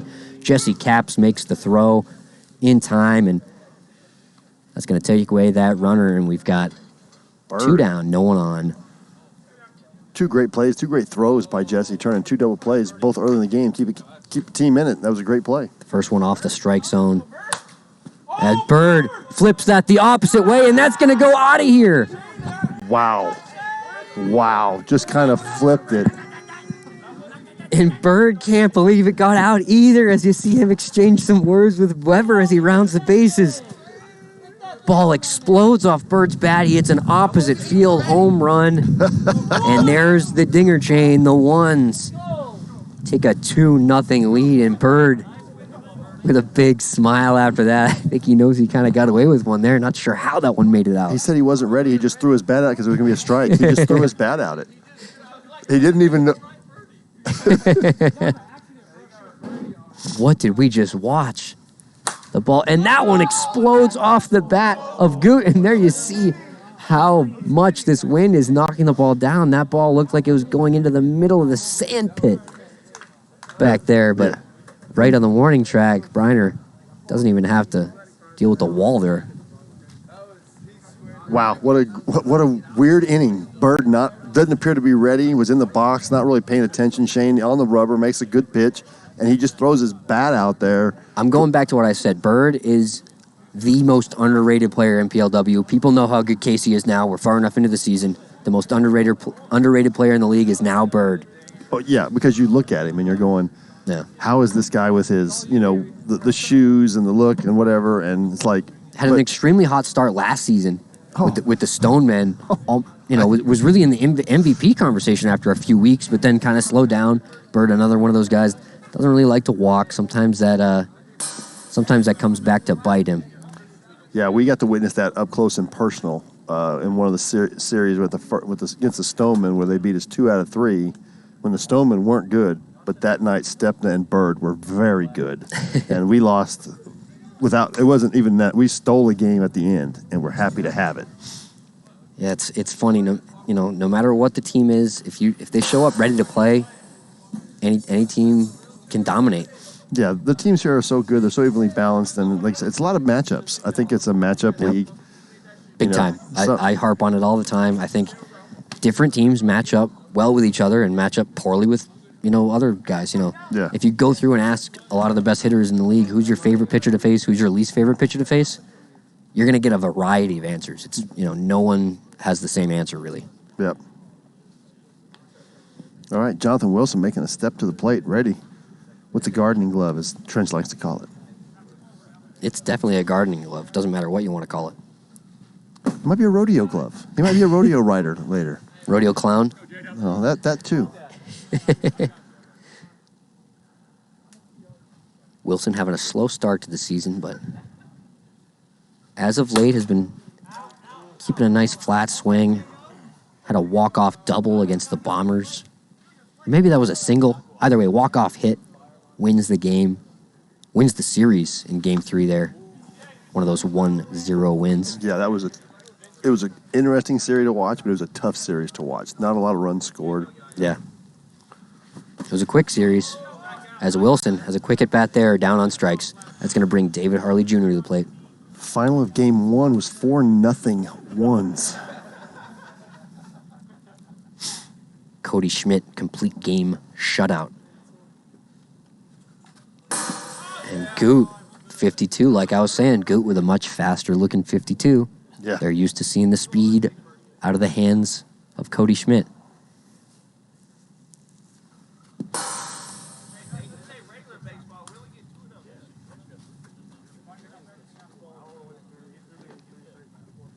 Goot often gets lost in this deep ones rotation. Pitched really well in the Challengers tournament. Yes. Keeping his team in the league. Yeah, absolutely. So, in the corner, so let's, we got Premier Wiffle kind of explain. We're a 55 and under league, so pitches have to be 55 or under and hit the pan for a called strike. We start with an 0-1 count. That's going to go fair. Oh, my goodness. That ball curves fair. You see Bird slide, stops it from hitting the fence, but David Harley Jr. sticks his bat out, pokes that the other way. It curves inside the pylon, and Bird chases it down to hold him to a single. Almost got a double with that swing. Can you believe that? Yeah. Scott Lovato, rookie, getting a bat pretty impressive in the tryouts. Takes a massive cut there. You can hear the wind after that swing. Yeah. Fouls one off. Tough. Lovato got a good bat to ball skills. Just seems to be pulling off a little bit. Needs to stay up the middle. Stay true up the middle. Waves and misses there, but right at 55, recognizes the speed, I think. That's going to roll back to the top of the lineup. TB7, the one-handed wonder, leading it off. Hey, back it up. No, I'm watching here. Taylor, I think, calling his shot with that comment. I wouldn't be surprised if he did it because I've seen him hit. He's got more home runs than I think anybody on our team until last week with the one hand. Oh, reaches out for that one. Great pitch by Goot. So in the corner, just think baseball. 1/3 the size of a baseball field. It's no base running really. It's kind of ball on the ground through the infield. It doesn't hit the back wall. It's a single.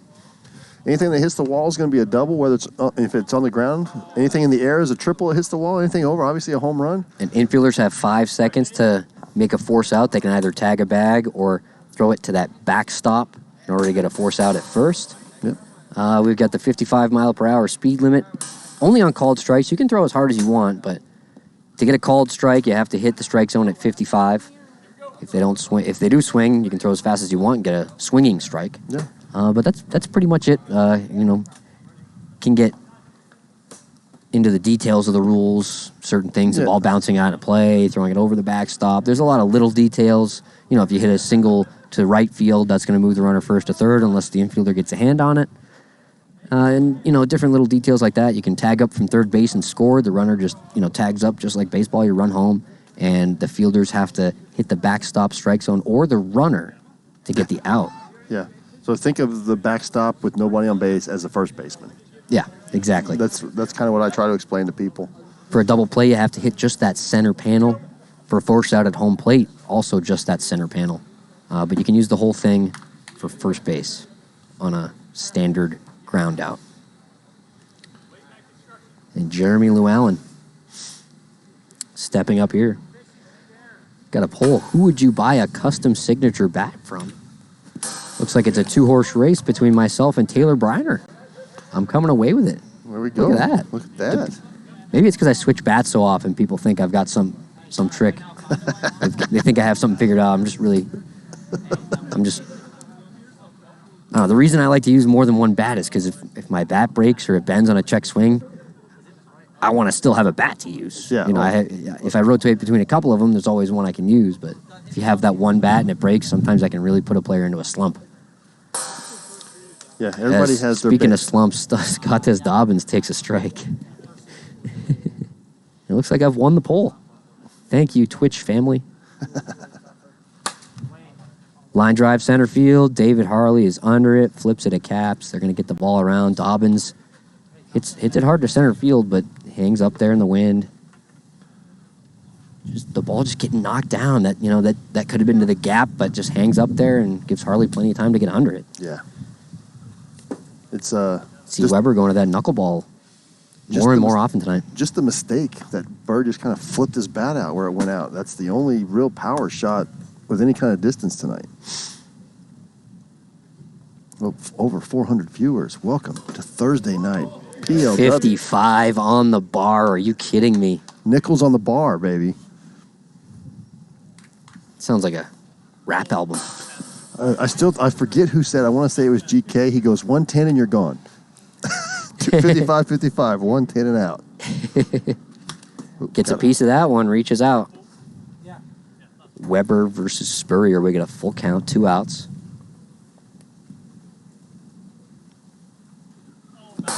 And that's going to be ball 4. I believe that's walk number 1 for Weber. And that brings Adam Couch to the plate. Man, it's cold. I might add another layer. Well, you got some hot chocolate. It's probably still hot. The hot chocolate, it's truly hot chocolate. It's not the fancy hot chocolate. It's really hot chocolate. I got it right before we got here. It might still be warm. Oh, it's still hot. As Couch rips one up the middle, but that one gets knocked down by the wind. And Taylor Bryner has time to get under it. That looked like a line shot to center, but it just hangs up there. The wind really getting under those holes and keep the ball in the air. So is Taylor going to get a Golden Cast Award? That's what I want to know. Is he going to get a Golden Cast Award? I think to do that, he has to actually catch it with the cast. Yeah, because that's 3 really good plays with the cast on his hand. So Bryner showing his ability to, perform in this league despite the broken hand, the cast on his left hand. Pretty impressive stuff. Not a lot of guys that could do that. Yeah, so we go to the bottom of the 3rd. Snappers still looking for their first run. I think they've only had one guy at second base all night, and that's not a recipe to beat the ones here. The ones are scratched together a run, and then they had the solo shot by Bird. And there you see the tree. The trees are pretty still tonight. It really, the tree's not doing the wind justice. A lot of nights you see the trees whipping all over the place, but tonight, significant wind. The trees kind of staying still. Wind coming from that other direction, so that's probably a big part of it. It's kind of like coming through right over the Connex where there's a gap in the trees, and it's coming right through that gap and right out to right field. So, it's... Yeah, going from left to right, left field foul pole to right field foul pole. Maybe more like left field foul pole to first base. Yeah.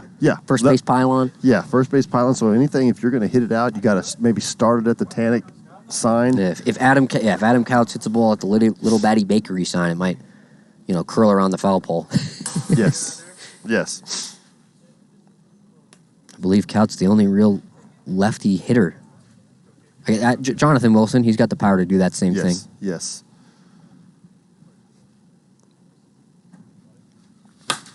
Weber slips that to second. Bird under it. Out number one. Yeah. And the one's just smothering the Snappers lineup. Just really no answer. And here's Snappers really with a tough start to this season offensively. Yeah. And here's Mr. Hard Luck. Oh, my goodness. Jeremy Llewellyn almost robbed him again. Could you imagine if he didn't get a hit with that swing? Yeah, so he's Mr. Hard Luck. That's probably the third hardest ball he's hit tonight. He's got one hit to show for it, and he almost didn't get that. Yeah, he gets just a single. Llewellyn doing a great job at taking the double away, even maybe a triple. This ball might get to the wall in the air if he doesn't get hands on it. Yeah. As the wind's really keeping that ball up, keeping that ball in the air, giving these outfielders time to get under it. And that's the nuances of wiffle ball. Keeping that ball from hitting the fence saves a base. Now it takes a double to score, and a clean double. So Wilson, the guy that may be able to do it, though. Yes, 100%. Wilson definitely has the power. He's got a big gap to work with. Rips it to that big gap I was talking about, but not hit hard enough. Dobbins was playing right by the container, and Llewellyn was right at the foul pole, I think, down the right field line. But yeah, so that ball was the right side. So right side of second base. Runner goes from first to third on a clean single to the right side. So not touched by a fielder. Yep. That play Llewellyn made, had there been a runner on first, they would have been held at second because he got a hand on it. And that's going to bring David Harley Jr. Base hit his last time up, I believe. Yes. Oh, yeah, that little duck snort double. Little slap the other way, almost made it to the wall, but it was held to a single. Nice hustle play by Bird, not something you see very often.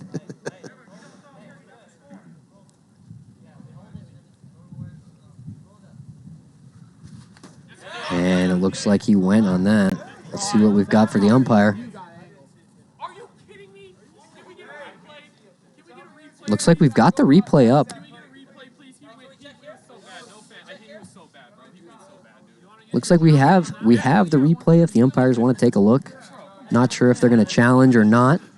Looks like Gio Battistoni, the home plate umpire, is going to take a quick peek, take a look at this replay. What do you think down in the chat? Did he go? Did he hold?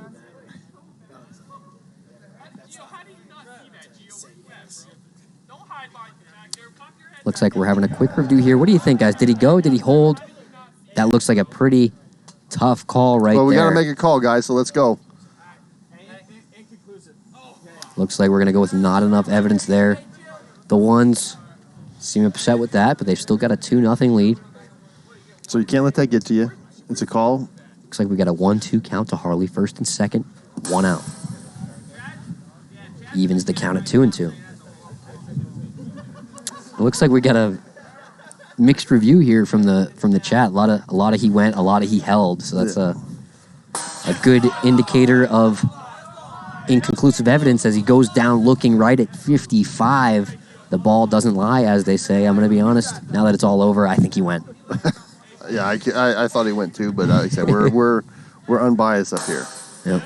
Another one, 55. Goot throwing that quick-looking 55, getting a lot of these Snappers hitters frozen as they're used to trying to time up Schmidt's 55. Misses outside. Good eye by Librado right there. Librado in a big spot, perhaps the most high leverage of bat of his PLW career here. I would like to have been more aggressive on strike one. Starting 0-1, you're starting in a hitter's count. You need to be aggressive on 0-1. I wholeheartedly agree as he swings and misses there, falls behind in the count, doesn't get as good of a pitch to hit, and that's going to end the inning.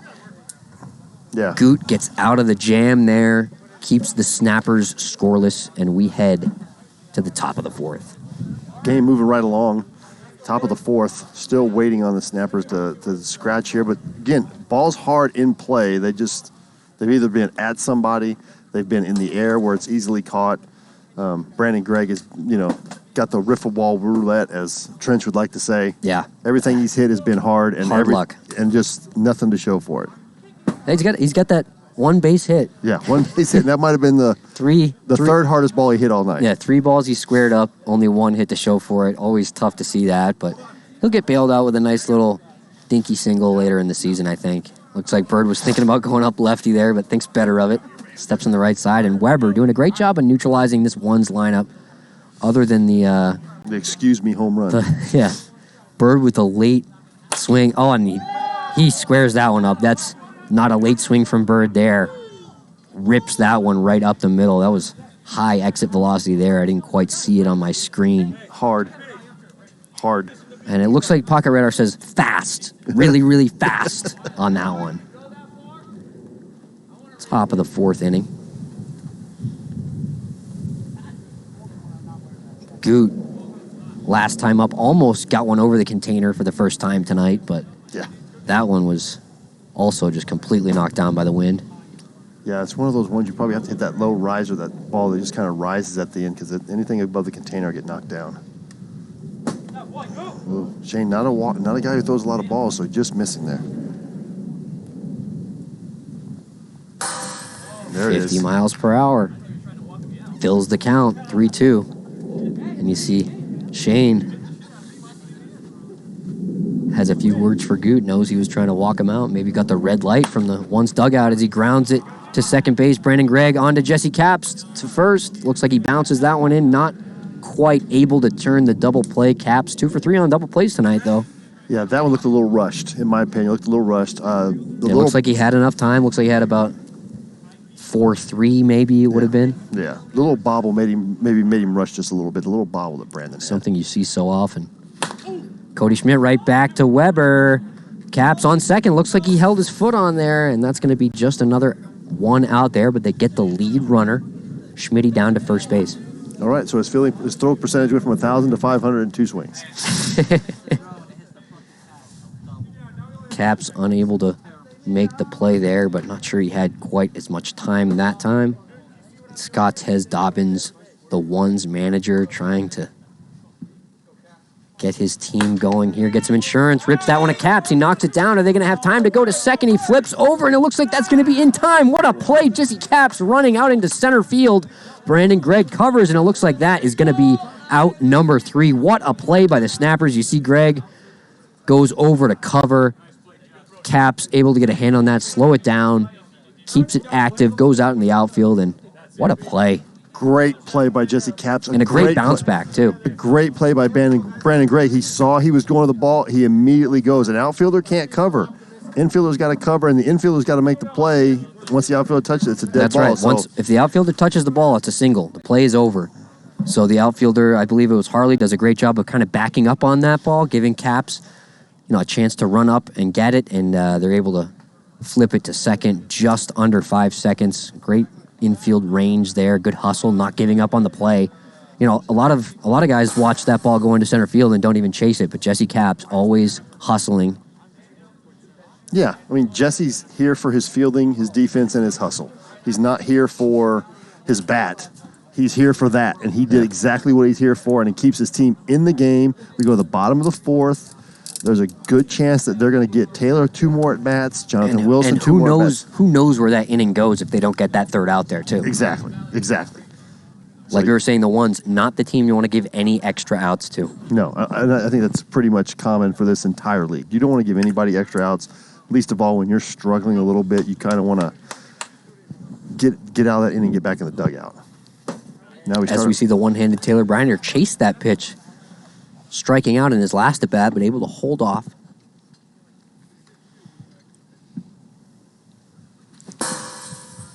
Goot lays that one in there at 51. Thought perhaps he was going to go with Another chase pitch trying to use Bryner's aggressiveness against him. But lays that one in there. Bryner still unable to hit it, and he gets him to chase outside that time, and Taylor not looking like a happy camper right now. Maybe try to do too much, maybe? I don't know. I know that, often Taylor's really carrying this Snappers team, with help from Weber and the rest of the cast, but no Manny Santillanes tonight. Yeah. And, Weber not really, Weber really being hurt by this wind. He's one of those guys that likes to rip that right down the left field line, right where the wind is strongest. So the wind neutralizing Weber a bit. Really a tough night so far for these Snappers. A little over dramatic with the ball hit. It's still a plastic ball. Says it hit him in the phone. He's got his phone in that front pocket. Nice protective gear, the iPhone. Perhaps an Android user, Shane Weber. Not sure. Not sure what type of phone plan he's on. If he's Verizon. Ground ball right to short. Couts with a great diving stop, throws on to first automatic, and there you see why he's got, I believe Couts is a 3-time Gold Glover in just 3 chances. Yeah, I wouldn't put it past him, for sure. And hitters can't put it past him either. And when you do, you got to tell him about it, because when he gets you out, he's going to tell you about it. So when you hit one through him, you got to kind of let him have it a little bit. Yeah, it's easy to know when AK makes a play, because he'll tell you. As Greg tries to bloop that one in. Is that one going to fall off the hands of Lou Allen? And it looks like Greg is finally catching a break here. Yeah, so that one was his weakest hit of the night. I think that's going to be ruled a single. Yeah, exactly. So, no, we don't have any DH rules. Basically, if you are on the roster, you can play in the field, and then the batting lineup is designated. You can go 6 DHs and 6 fielders. I like Turtles 9. This is game 2, the Ones. Victorious in game 1 with a 4-0 win. Cody Schmidt with a complete game shutout. Here we are in the bottom of the 4th, game 2, 2-0, 1 on, 2 out. Jonathan Wilson checks his swing there. Don't think he went on that.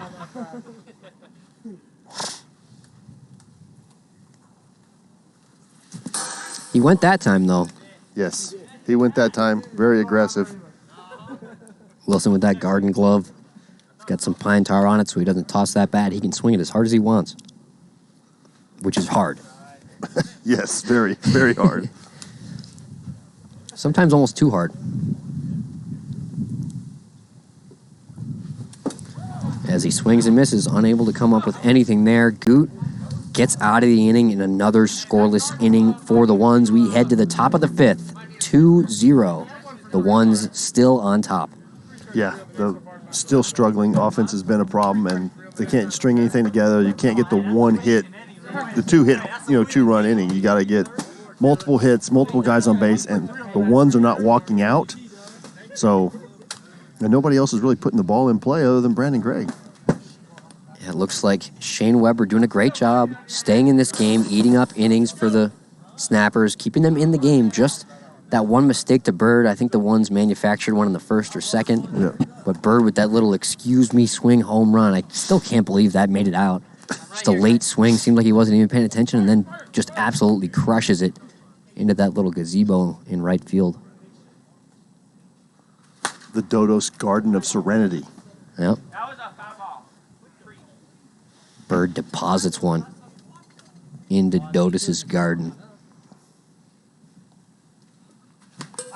Foul tip. Gets a piece of that one.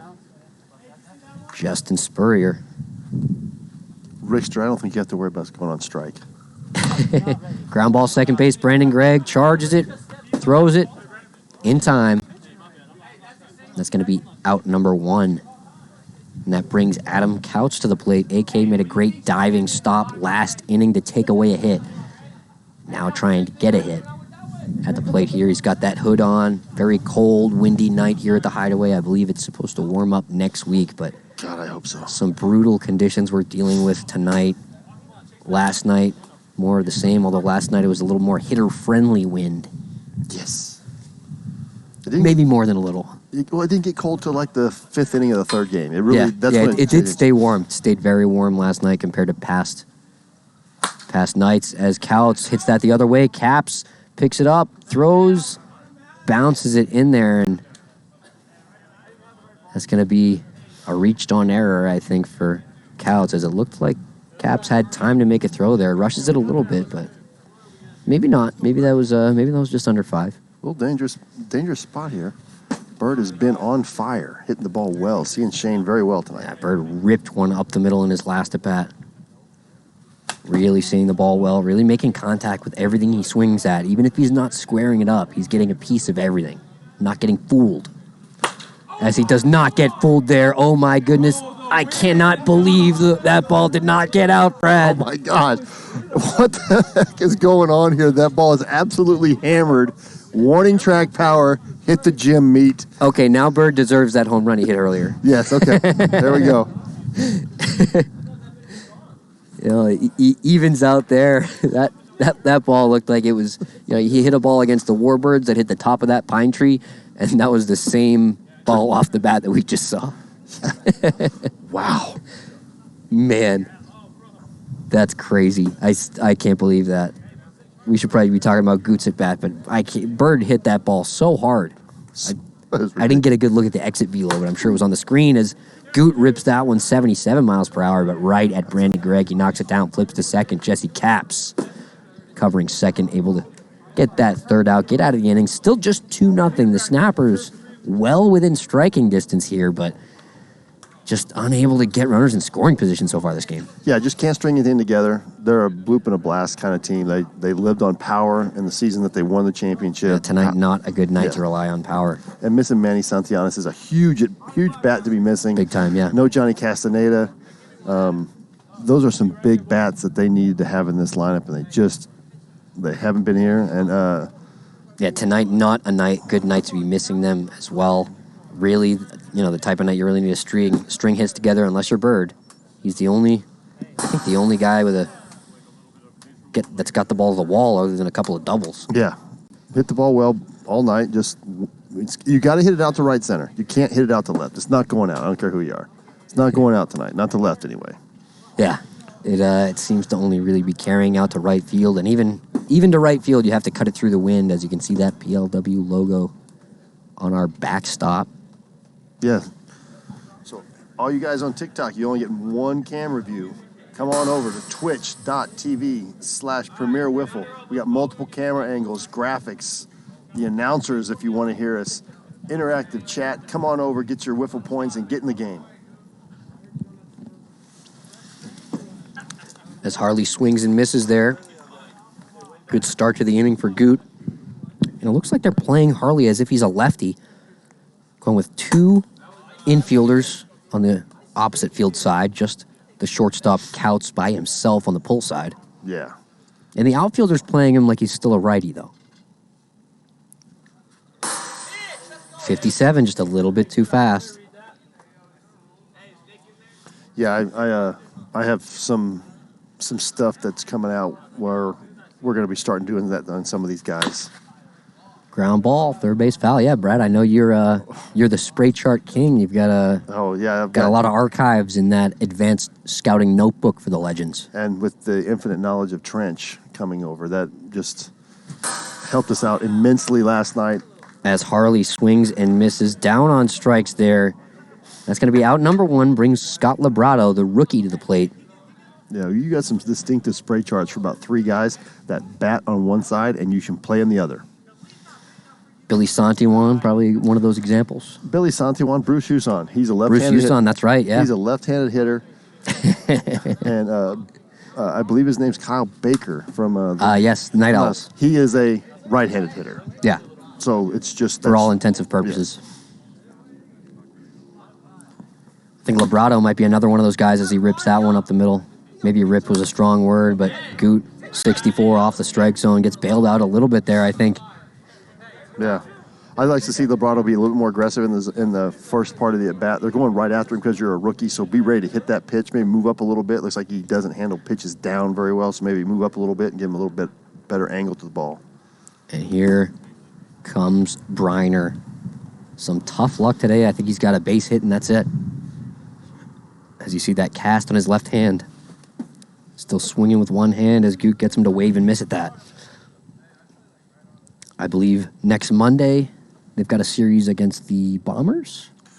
I'd have to look at the schedule. I have to pull that up. I'm not certain. If you do exclamation point schedule in the chat, you can confirm or deny that. But I believe the Snappers play on Monday next week. And on Tuesday, Bryner gets that cast off as he grounds it to third. Spurrier knocks it down, picks it up, throws onto the strike zone in time. 4.64 for the out. And Bryner just can't catch a break. He is visibly upset as that ends the inning, unable to roll the lineup over to Shane. And the ones... Kyle in the chat saying, I pull the ball when I get inside pitches. I love it. I love it. That's awesome. I like Kyle. He's a good man. I like the Night Owls. And he doesn't get a lot of inside pitches. No, he stands like 19 feet off the plate, so everything's going to be outside. Yeah, plus that Legends rotation, you got Osgood and you've got Trench throwing that big outside curveball, so that's a tough pitch to pull. Yeah. For anybody. Yeah. The addition of Trench gives any lefty. Yeah, gives lefties a hard time, and I always think that rookies, when you haven't seen these top flight pitchers, it doesn't really matter if you're facing the ace on any team and you're a rookie. If you hit 175, 200 against these guys, you're doing a really good job. It takes you about a season. Even if you're not a rookie, I mean, some of these guys are just good. I mean, there's certain pitchers that have the upper hand, especially in the conditions we've seen tonight. Yeah. You know, Weber pitching a great game, holding the 1s to 2 runs so far, and might be on the short end of the stick. Mm-hmm. If you hold the 1s to 2 runs, you're supposed to get the W. But yes, Weber might have some tough luck here if the Snappers aren't able to get anything going next inning. Although he will be leading off if he can get out of this. Off the bat is Schmitty, 74 miles per hour, 1 hopper right to Weber. A little bit of a juggling act, but he gets control of it, throws onto the backstop with plenty of time. Just right back up at Weber. Great at fielding his position as that gets fouled. Where'd that go? I don't know, but I was trying to make a play. I've only made one play this year, so. I think the home plate umpire, Gio Battistoni, might have caught that one. Big swing and a miss. Dobbins, see you later. That's going to bring Spurrier to the plate. Dobbins really having a slow start to this season. Last fall, he had a red-hot start. Yes. I think he won Player of the Week in either week 1 or 2. Was batting over 400 most of the season, and that's not a replay, folks. Weber, little underhand flip, almost doesn't make it to the backstop, but he's able to get out number 3, and now he is batting here in the bottom of the 6th. So we go to the bottom of the 6th. Sam Viper's yet to scratch a run across. Sorry. Snappers. Snappers. Hey, I'm still living. Hey, too soon, man. Too soon. I'm still living in last night. My apologies. But Snapper's still looking to scratch that first run, too. Yeah, the 1's really dominant. Schmitty, now Goot, doing a great job shutting down the Snappers. Yeah, it looks like there are some excited Twitch fans watching in the chat, looking at that 2.5 line, seeing that the 1s are only up by 2, and it's the bottom of the 6th. So unless this goes to extras and the 1s have a big inning, those of you that put your wiffle points on the Snappers should be looking at. It's funny that this is one of those rare situations that if you're a Snappers fan, or if you're not a Snappers fan, if you put your wiffle ball points on the Snappers, you're maybe no longer a Snappers fan. You want the 1s to close it out here. Yeah. So, again, plus 2.5, and you were probably getting, Dodos could probably tell me what it closed at, but it was pretty one-sided there for a while. And Shane takes strike 1. Goot with that tight slider looks even faster than it normally looks fast, but it looks even faster in tonight's wind. Yes. Keeping that speed on the ball, preventing it from slowing down. Weber lays off that one outside. The Snappers really need a spark here.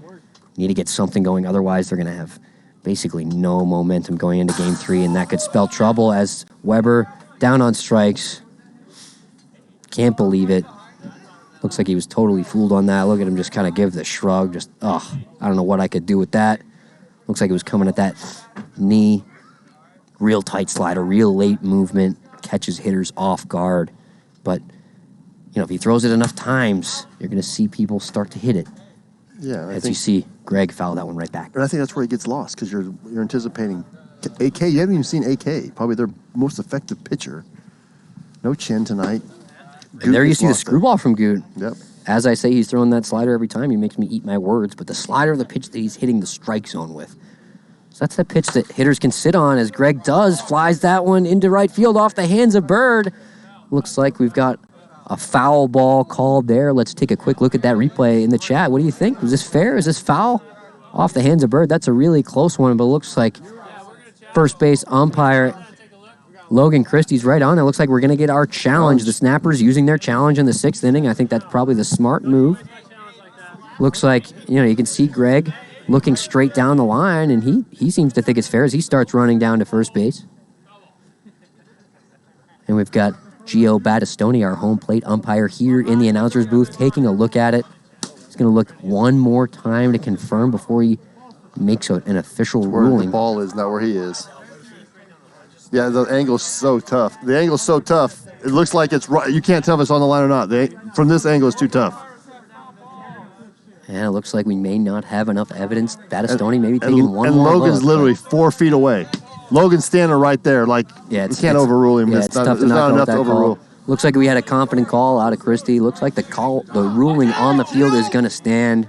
The ones happy to see that, pumped up after getting the call there. Did not get the call last time on the fair foul. So Brandon Gregg looking to do damage here, looking to get something back as that one bounces in. Gut, I don't believe Gut has a walk yet. Ground ball, is that going to get through? No, it's not. Justin Spurrier makes the play. Automatic with that throw to the backstop in time for out number 2.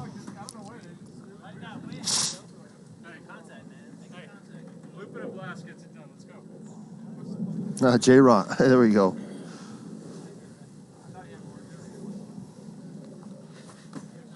And literally Wilson, the umpire was, oh goodness, Wilson. Big chase on that one. and literally the umpire was standing 4 feet when he called it foul. Evan Shields, 98, here in the chat. I believe he was that fan that wrote the too early award predictions article as Wilson rips that one to center, tails into left field, but Dobbins camps under it and makes the play. That ball hooked right to him. Let's see this replay. Look at that. He hit it to dead center, maybe even more toward right center, but that hooks right into the breadbasket of Scottez Dobbins, waiting for it in left field. And the ones take game 2 by a score of 2-0. The Snappers really unable to get any momentum so far in this series. They take the ones take game 2, 2-0. Stay with us for game 3 right ahead. Yeah, where's Chen? And it looks like we're going to stay with us right now. Oh, well, it looks like they're going to ride out to it. Looks like Jonathan Wilson going to start game 3. Features a big, big slider. Got to get that bump rolling, but we got to get your wiffle ball points in. And drop that prediction down so we can see that. Looks like will the ones cover the spread. I wonder if they're going to keep it at that 2.5 line. Looked like that was a good line for last game. When did Angel Hernandez? Well, I mean, he was standing right there. Like I said, the camera angle's kind of skewed, so we can't really see it right on the line. Yeah, the angle you're looking at here on that replay, it doesn't really do it justice. I think you can, a good way to illustrate that is if you look at those pylons at first and third base, the top of the pylon looks like it's in fair territory, but if you look at the bottom of the pylon, Clearly obviously it's not. Yeah, it's clearly foul. So that's now imagine the ball's, another 5-6 feet off the ground as Bird had his hands up here. Yeah. So that's I think Christie got the call right. The camera angle up here a little bit deceptive.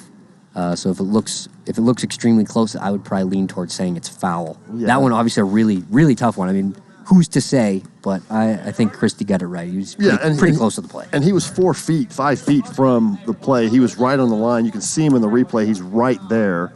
So overruling him with an inconclusive replay would have been the wrong call. Yeah. I think they got it right. I think both Gio, times. yeah, Gio did it right. Looked at the replay at least a half dozen times. Yeah. And asked me, and I'm like, I can't tell if it's fair or foul. I have no skin in this game, so Yeah. I would like to see the ones not win. I don't want them to get too far ahead and nobody can catch them this year. Yeah. Oh, new spread, ones -1.5. I want to see them pop that open so we can see. We got a lot of points coming in. I'm sure Yeah, it looks like 120,000 points on the ones and 35 on the First pitch from Jonathan Wilson's going to miss low for ball one. Jonathan Wilson starting game 3 here for the Snappers. Big bender. There's Spurrier able to get a hand on it. That was a very good pitch from Wilson. A lot of movement. But Spurrier stays right on it. So these two guys play on the same softball team. I sponsored their team for a couple of games. Is that the Aztecs or the other one? Phenom is what Phenom. They were. Phenom. Yeah. I've played against a wiffle ball team called the Phenoms. There you go. So, real creative from both of those guys.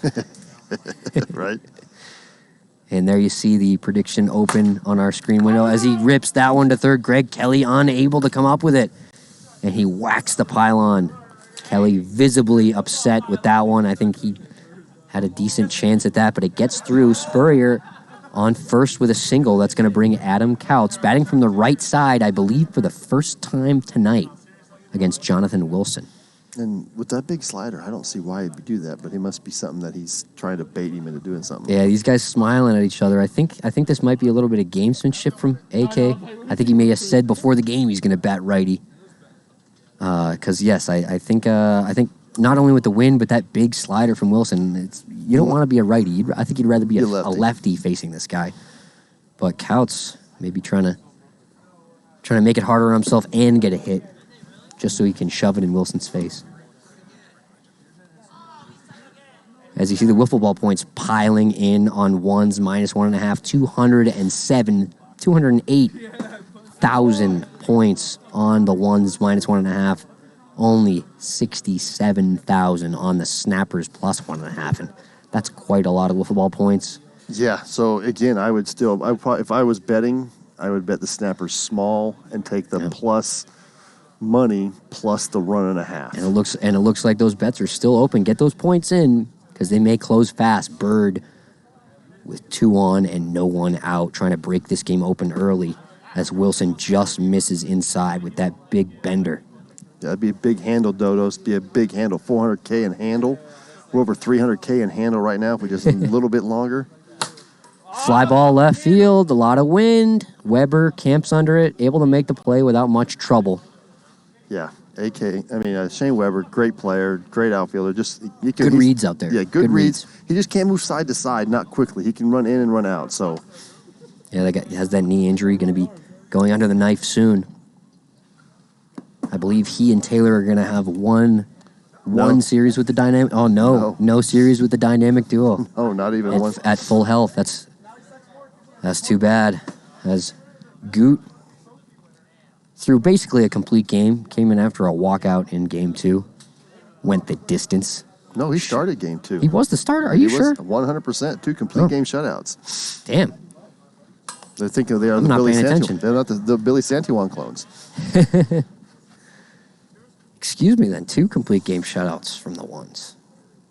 Goot and Schmitty trying to make it 3 here. Ground ball to Kelly. He steps on third, throws to second. Brandon Gregg with the stretch in time. Looks like that 501 was a late stop. Yeah, trying to see if he was going for 3 there, and you hear the home plate umpire Battistoni saying that he was a little bit late on that stop. Gets 501, so must have been under. As you see the timer still running as Brandon Gregg steps on second.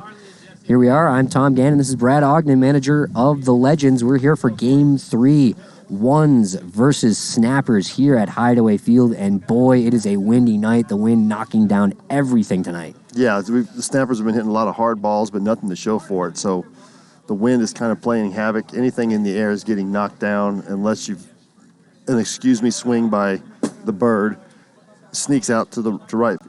But yeah, it's been pretty much the ones hitting the ball hard on the ground.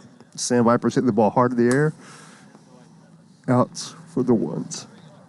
And it looks like Justin Spurrier making his return to the mound. I don't believe he has pitched yet this season. As we were saying, he had that protective boot on. Earlier, I think he got a base hit with it. Yeah, no, he wasn't in the boot.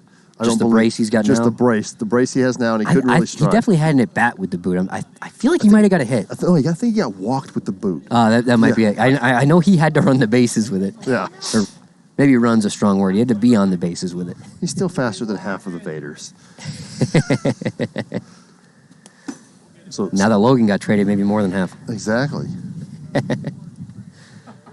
Brandon Gregg trying to get something started here for the Snappers. Game 3, still not a single run has crossed the plate for this Snappers lineup. Really struggling in this wind. Spurrier trying to find it, trying to keep it under 55. His problem is speed. College pitcher. And Brandon Gregg taking all the way, perhaps got a red light there, but I'm not sure. Maybe the Snappers do want to keep Spurrier in this game. If he walks out, they probably go to Schmitty, Goot, AK. I mean, they have plenty of options to go with. Perhaps Spurrier their best to hit as Weber rips that one into left field for a base hit. Wow. So there's a quick start for the Snappers. And Spurrier having a little... Hey, they were trying to get a guy at third base any way they can. He said, F it, I'm just going to I'm going to third. Gregg tries to steal third, but they look him back. Looks like they're talking about the double play. AK playing the pull with the pull hitter Wilson, the lefty. AK gonna have to be the man covering third base on a ground ball if they're gonna get the lead runner here. Spurrier struggling with his control right now. You got to find it here. You know, if I'm the Snappers, I'm giving Wilson the swing the bat sign. I think they want to keep Spurrier in this game as long as they can. Yes.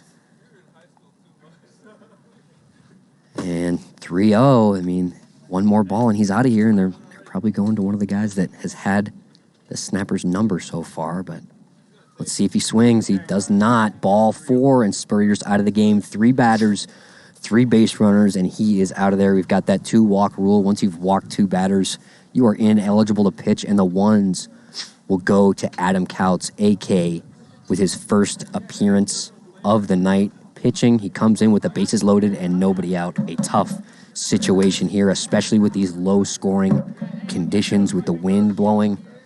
It's going to be a tough situation to get out of. Bases loaded, no outs. Yeah, but never a situation you want to be in. Yeah, and TB7 coming up, so they start. We got Bryner's batting fourth. Counts a strike thrower, a strikeout guy. Can he get Taylor to strike out here, or keep the ball in the infield and get the?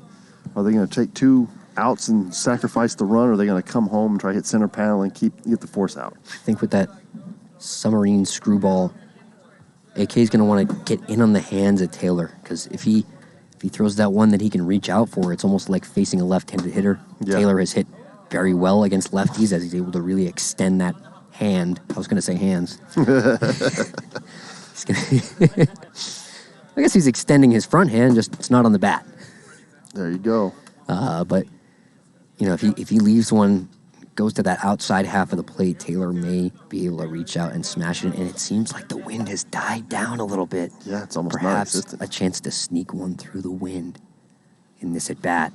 Misses low.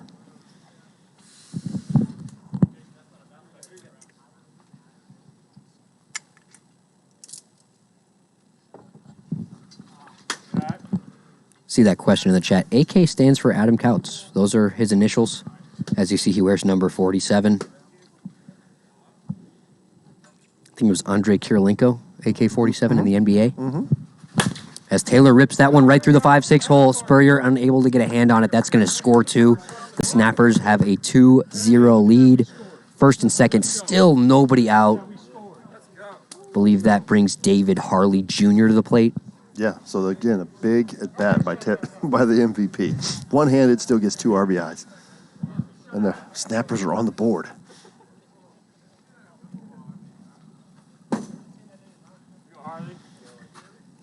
Almost 400,000 in handle. Harley, another guy. Couts is probably going to want to jam. You see how far he is off the plate, really wanting to extend those hands even on the inside pitch. Takes that one just inside. See that big screwball from Couts. From this angle, Couts sometimes gets in front of his pitch, so you can't see how nasty it is as Harley flies that one in. Looks like Dobbins got a hand on it before it hit the ground.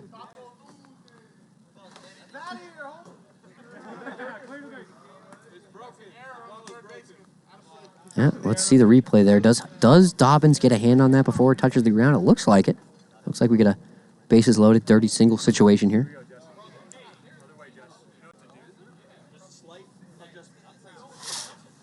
Yeah, the wind is almost non-existent now. Yeah, the wind. It's still cold, but the wind's non-existent. It may be existing up there in that tier 2 wind, as we say, up above the trees. If you get under one, get it high enough. I'm just glad it's not in tier 1 and freezing me out here. Yeah, we're up here in the announcer's booth. We're doing just okay. As you see the pants of Jesse Capps as he flies out into Dobbins, and it looks like Wilson trying to draw a throw there on third base tagging, getting right near that commit line. Once you go past that line, so you can tag up from third. That's the only real base running play, and yeah, the fielder has to get the ball to the backstop or the strike zone. Does not have to be in the air.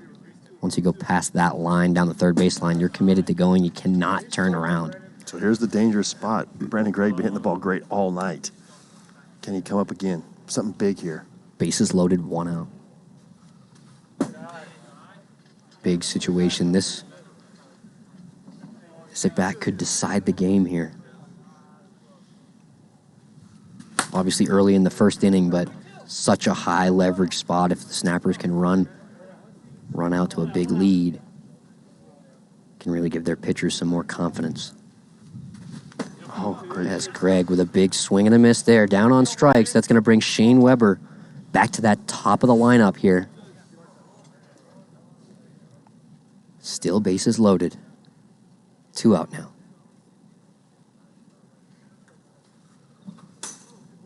Counts misses outside. So some of our really good, smart bettors, you'll see they have the pink icon. They have the Snappers, plus money, plus a run and a half. We've got some guys that this is what they do. As Weber fouls that off. Yeah, a lot of viewers come in thinking, oh, betting on wiffle ball is going to be easy, right? No. The ones killed him those first 2 games. No, this is right.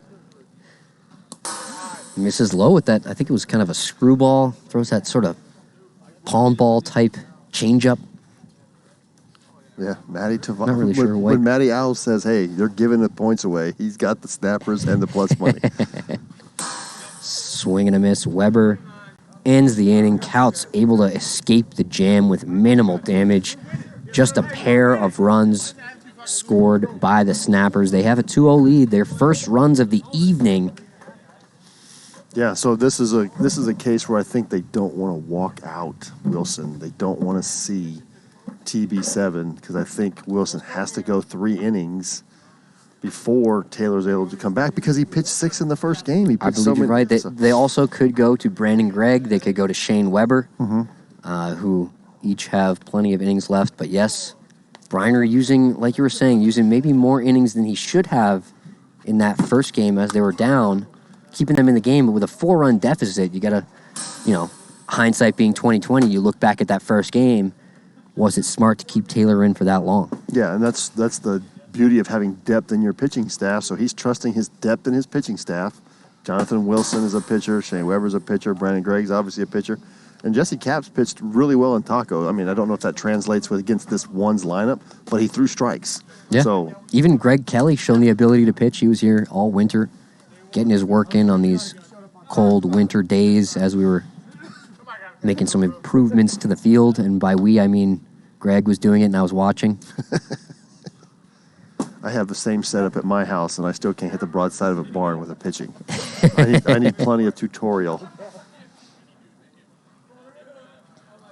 But if you put a lawn chair on the mound, I'll never miss the zone. I can throw it all day just flipping it. Landing it in that seat. Schmitty fouls that one back.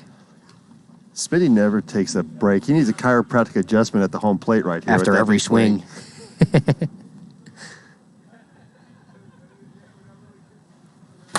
Schmitty line drive. Capps able to make the play. The wind knocking down everything, and line drives into center field are no different. Yeah, Jesse. That just hanging up for Jesse gets knocked down. Thought it was going to be over his head, but sinks right into his hands. Jesse, a really good tennis player, really long arms, really big hands. So he's got, he's got a lot of length. Yes. And he's able to use it well. A lot of guys have length and they don't really use it. He uses it very well. Scottez Dobbins, one's manager at the plate, flies that one. Another one that would have been a pop-up to the pitcher on a normal night. landing foul. A lot of these hitters getting that second chance, although not as much to do with it, because even if you have your second chance, you could do everything right, hit the ball as hard as you can, and it's right behind the shortstop. Yeah. 55, but unable to hit the zone. Fills the count. Line drive up the middle. Caps isn't going to get this one, but it's not going to get to the wall. Harley stays in front of it. Dobbins on base with a single. That's going to bring the tying run to the plate in Justin Spurrier here with just one out in the top of the second. Yeah, I just don't think they want to walk Wilson out. They see Wilson well, kind of a two-pitch pitcher. Yeah, everything sliders away. I think you're right. I think the ones are kind of giving the big green light here, trying to make sure Wilson does not walk out, although I don't believe he has a walk yet. No. So they could give him one, but the problem with giving him one is that maybe he starts to realize that you're trying to keep him in the game and he can use that aggressiveness against you. Oh, good swing. Just hit off the foul ball. 416 viewers live here on a Thursday night at Hideaway Field in Las Vegas, Nevada. We've got a great game, great series here tonight. Snappers trying to answer back and avoid the sweep with a 2-0 lead here. Caps feels the ground ball, flips to second for one. Brandon Gregg unable to turn the double play, but they get the lead runner. Yeah, get the lead runner, so keep the man out of scoring position, essentially. So to score from first, you got to have a clean double, obviously, or a triple or a home run. And clean doubles are hard today because there's just the wind's kind of holding everything up. That's right. Adam Couch still batting from the right side against Wilson. I'm not sure about this one as he waves and misses at that one. Yeah. Supreme confidence is his ability, but I'd love to see him from the left side with that short porch and right, excuse me. Big swing and a miss. Couch down on strikes. Wilson makes quick work of the ones in that inning. And yeah, I'm gonna be curious to see what Couch's reasoning for batting righty against Jonathan Wilson is. Maybe he's trying to turn on the ball, but with the wind conditions tonight, I'm not sure it makes sense for him to bat righty against anybody. Yeah, I mean, I would, especially Wilson. If he's going to bat right-handed, he needs to be flipping that ball in the right field. That's because it's feeding that need right there. But lefty, he can go to his strength and pull it and just hit it, hammer it down to that short porch and right. Yep. 91 feet is the shortest porch. I mean, it's dramatically shorter. Perhaps Couch just batting himself out so we can get back out to the mound. But with the 2-0 deficit, I think, that's just a head scratcher. I don't understand that at all. I just don't get it. I'm not good enough to bat from either side of the plate. I think Adam Couch himself is probably the only righty that you would want to bat righty against because he's got that submarine upside down delivery, and it almost looks like a lefty coming out of the hand with that sort of screwball. Kind of looks like a left-handed slider. Yeah, another guy who I hit. I don't have a good average against him, but I put the ball hard in play every time, and it's like because I see the ball. Hitters that do well against lefties also do well against Adam Couch, as you kind of see that little riser screwball he throws. Like I was saying before, he kind of stands in front of it when it blocks the camera's view of a pitch, and it's funny how often it seems like, oh, there's no way that was a strike, but then you see on the scoreboard, I guess that must have hit the strike zone as he gets Wilson to swing and miss on that one. And he has that one delivery where he keeps it low and it stays low and then it hits bottom pipe and you're just like, holy cow, what's going on? Yeah, Couch definitely an improved hitter as Wilson lifts that one right to Jeremy Llewellyn. Not Lou Allen, Jeremy Llewellyn. Lewis Allen out there in right field. TB7 with a big hit. All right, I like turtles. If you're still in the chat, I have just gotten word from Snappers management that we have your jersey ready to be shipped out. It has finally come in. Yeah, and I think Dodos. Something with Dodos. I was also Dodos is going to get it taken care of. So I have 9 Red Devils, 9's jersey, the Stevenson jersey, just waiting for him to give me an address, and I think Kyle might actually have that address to be shipped out as well. Yeah, if you've somehow are still waiting on one of these signed balls, a signed jersey, anything with those wiffle ball points, if you're still waiting on it, send us a message on Instagram, send us a DM at Premier League Wiffle. As you see David Harley swing and miss there. It's sometimes we it's tough to keep track of all these wiffle ball point items, but we are on the case Trying to find those as Harley rips that one to short. Spurrier stays in front of it. That was a rocket off the bat of David Harley Jr., but another case right at somebody. It was a great play. He should have seen it because his head was looking up when he kept his hands down, though, so he got it down. Yep. Spurrier putting on a show defensively, doing a really good job. Being that left-handed infielder, as you know, throwing to the backstop, you know, you don't have that handicap of being left-handed where you have to turn all the way to make the throw to first. Here we're throwing home, so it really doesn't matter your handedness. And in fact, as a third baseman, I think Spurrier has a small advantage because he's throwing that slider trajectory out of his hand. So if you throw a slider toward home, it's easier to hit the center panel as it's curving, you know, into being straight. Yes, and it gives him more surface area to hit. Exactly. You know, it's like if you're a righty playing first base, you have that same where you have to throw a slider, it curves right into the center of the backstop. Yep. Nice, beautiful view of Hideaway Field from our Skycam deck, as I believe, is it Trevor Bauer tonight, or is it Jamison Steed? Sounds like it's Steed. He's giving me the thumbs up. There we go, Jamison. Sandvipers waiver wire pickup as he was waived by the Vaders after they used their free agentship on Billy Santiwan's brother, Kenny Santi II, as Trench Pacone affectionately calls him. And Bird, a rare swing and miss from Bird. I think that may be his first of the series, actually. One new community gift. Try hard, noob. Thank you so much. Gifts 5 Tier 1 subscriptions. Excuse me. Gave him a little too much credit there. Yeah. Way to help out the... And wait for the response from Dragon Lady. As her man, Trevor Bauer, the first base umpire tonight. As Bird, 2 swings and misses in the same at bat. Jonathan Wilson able to fool Bird. Gets him with the strikeout, and that's going to be the first out here in the top of the third. So you see that sort of riser that changes its mind and turns into a slider halfway to the plate. Nasty pitch from Wilson. Yeah, Matty, the Vaders didn't send anybody on waivers. They traded Logan Christie, which opened that roster spot, and then they used... Yeah, I was talking about their first free agent chip. Yeah, their first free agent chip. They sent Jamison Steed. They released him on waivers, and we picked him up as we needed a little bit extra pitching depth after the Trench trade. Yeah, Jameson will be a solid pickup when his leg gets back to 100%. Yep, coming back from that injury.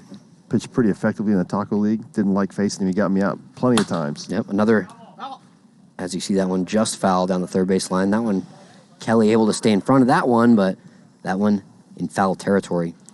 As I was saying, Steed, another one of the Texas wiffle ball veterans from Cedar Park. Duck Pluck, one of the fans you see in the chat all the time, as Goot flies that one to shallow right. And just nothing carrying tonight. Everything just getting knocked down. Pretty demoralizing as a hitter. And we've not only have we had so many balls get knocked down by the wind, we've had so many hard hits right at someone.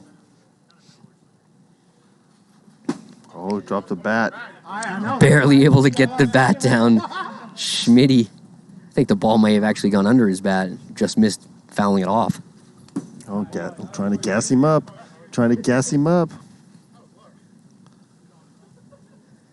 Schmitty always with a big smile on his face. Oh no. Who would look worse with a shaved head? Do you see that Twitter poll? Tom Gannon. I've got 0 votes because the fans have already seen it. I look fantastic.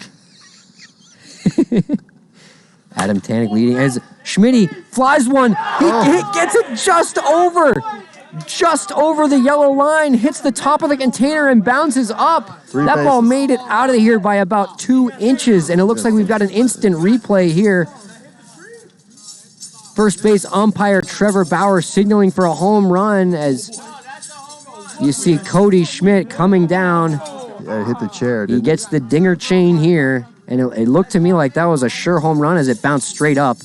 A triple would have bounced back toward the field as you see that bounce up. Looks like a home run. We've got the replay up if they want to take a look at it, but I don't know, Brad. It looks like this one's got to be a home run. Bounces straight up. We've got our third replay review of the night. I mean, for that to be a triple, I feel like that's got to bounce straight back onto the field instead of bouncing up in the air. That's just over the yellow line. Looks like they're confirming on the field that is a home run. Cody Schmidt the first man to get the ball over the container as the wind has subsided here a little bit at the hideaway. Still not quite gone, but if you keep the ball low, it looks like you're finally able to get the ball out of the yard. As Dobbins fouls that back into my monitor. And it looks like Adam Tanek is running away with this pole.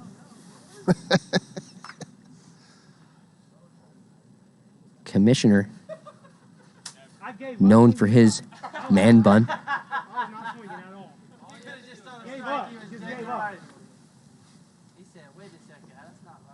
Trevor Bauer and Brandon Gregg, the two league leaders in hair length, along with Austin Bird Bull. Yeah. A lot of long-haired players on the field today. You've got Brandon Gregg playing second base for the Snappers. You've got Trevor Bauer, the first base umpire. You've got Austin Bird Bull, second baseman for the Ones. And it looks like Dobbins went on that. First base umpire Trevor Bauer punches him out, and that's going to end the inning. Yeah, so that was a quick run. That was a quick answer. One run on a solo shot by Cody Schmidt. Schmitty hitting it 93 feet 1 inch. Schmitty absolutely smashing that one. And like you said, 93 feet and 1 inch. That just made it out by about this much, bouncing straight up off the corner, just above that yellow line. Yeah. And the umpires signaling home run on the field instantly. Yeah. I don't think that was really much of a question, but the Snappers, maybe the umpire just wanted to take a look at it, confirm we get the call right, as we have the umpire right here, standing next to us. And we had J-Rockers right there. So and we have the replay available. Yeah, that's right. And J-Rock was right there, 10 feet away. Another guy signaling for the home run, unanimous from the umpires. And it looks like our TikTok stream may be freezing a little bit here. Looks like it may be back.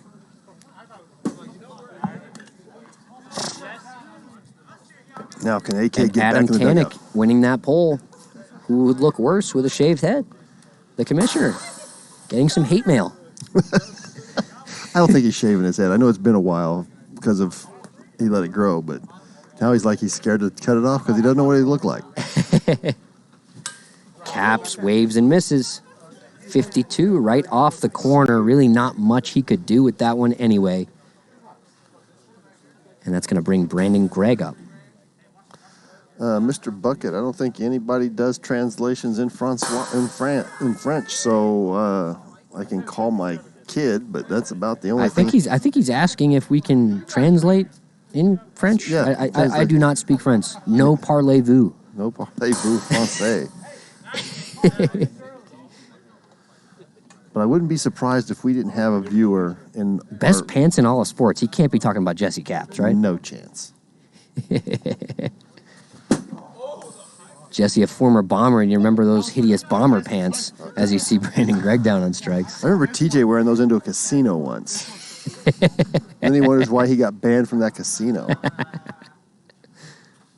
Tim Riley, poker. It looks like we need a French announcer. Tim Riley, do you know French? No, but I think his wife does, though. Ooh, Yes. we get a French broadcast, get an SAP button on the PLW live stream. Oh, and guess who speaks French? The Dragon Lady.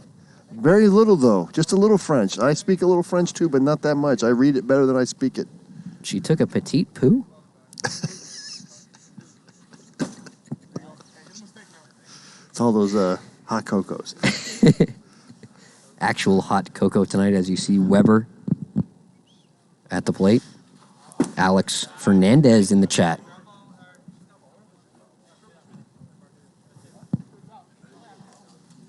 A little bit she does. Tim Riley's wife is from Paris, so yeah, we will definitely can handle your French. I can order in a French restaurant, and that's about it. Yeah, I just pointed at the picture on the menu. Yeah, exactly. Can I get the number 4? As Wilson rips that down the line, that's going to get to the wall for a double. Shane Weber's going to score from first, and the Snappers have got a 3-1 lead, a much-needed insurance run here in the bottom of the third inning, and that's going to bring Taylor Bryner to the plate with 2 outs and another runner in scoring position. Taylor able to extend those hands on that AK screwball. You got to wonder if he's going to go to that changeup a little bit more this at bat. Matty, look at all the bettors. Matty Owls and Dodos. Come on. I know what side they have. They got the pink. I know what side they have. You can see that badge next to people's name in the chat. You can see which side they're pulling for. As Taylor gets jammed, but gets that one up the middle for a base hit. That's going to land in center field. Wilson comes around to score from second base, and the Snappers now have a 4-1 lead here in the bottom of the third. Wow. That's awesome. What a great way to bounce back after not scoring any runs, and they've shown the heart of a champion right here. Bryner, the one-handed wonder. Harley takes that one, 47. Oh, and AK throwing his number. And the commissioner has also the same side. Snap, snap. Change up, fly ball, hooking into foul territory. Bird knocks over the pylon, but he makes the catch for out number 3. That's going to end the inning. But the Snappers tack on a pair of runs. They have a 3-run lead heading into the 4th. And I believe Bryner could come in this inning. I believe he's got 4 innings left. Yeah, but I don't think that he will. Wilson's been effective. Yeah, Wilson's really been doing well against this one squad.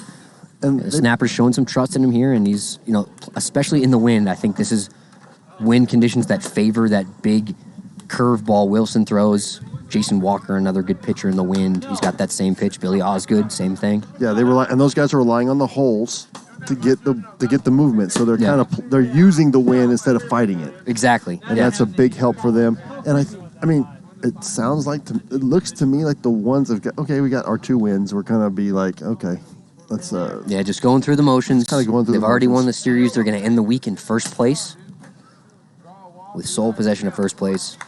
And like you said, Wilson, he throws his slider with the holes facing the sort of the opposite way some people throw it. Yeah. So not only has it got that big bender, that wind blowing from left to right is going into the holes. Yeah. And the full side of the ball is almost like a sail as Spurrier pops that one into shallow center. Caps camped under it, plenty of time. Easy play, good read in the wind as well. Yeah. Seems like both teams really getting used to this wind. Being able to read fly balls a little bit easier. Getting under it, not getting, not taking a couple steps the wrong way before they realize how much it's hooking. Seems like they're really starting to play that wind. And here's AK from the left side. 61, Wilson with a little pivot pitch right there. That's something I have not seen out of him, breaking that out just for AK. Floater pops it up. Wilson is going to have to get on his horse, knocks that one, stays in play. Are they going to be able to pick it up? It looks like it's going to go over 5 seconds into the wall. Looks like Cap's shaking up a little bit, hustling over to try to make that play, but unable to get it. As you see him on the screen with those pants. Yeah, the most hideous pants in baseball. I think it would have made the play if he was wearing regular pants. He got distracted. It's gotten his peripheral vision. Yeah. It got in Wilson's peripheral vision. Wilson would have just caught it if he didn't have fluorescent pants in the corner of his eye.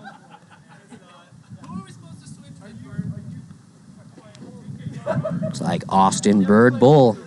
A dangerous stepping hitter in. here. As the wind picks up, the wind kind of swirling right now. Maybe starting to let the ball carry. We'll see. Nah, I take that back. Yeah. Yeah. This is as a gust goes right into my face.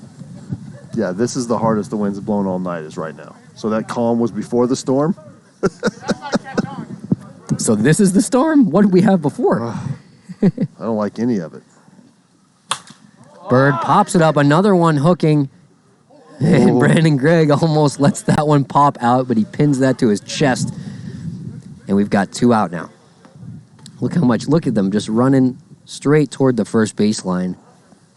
I thought that ball was going to be into shallow right field.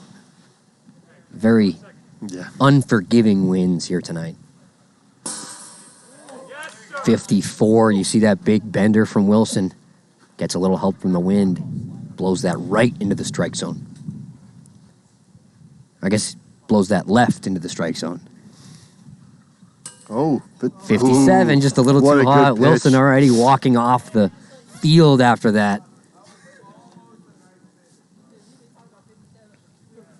Goot definitely got away with that one. He was fooled. He looked up with a smile at that pocket radar screen above the backstop.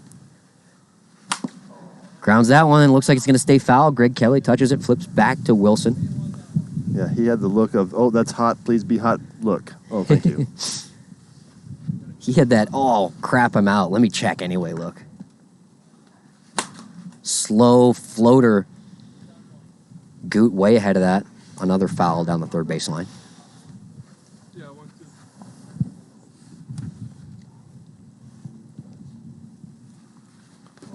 1-2. Gets Goot to chase that one outside. The wind started blowing right as he tried to take a hack at it.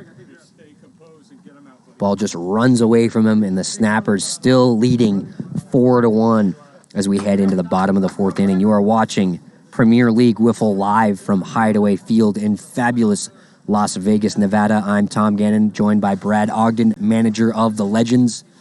And we've got a great series tonight. The Snappers looking to avoid the sweep. They've got a 3-run lead. And those of you that put your wiffle ball points on the Snappers are going to hope they hold on to that.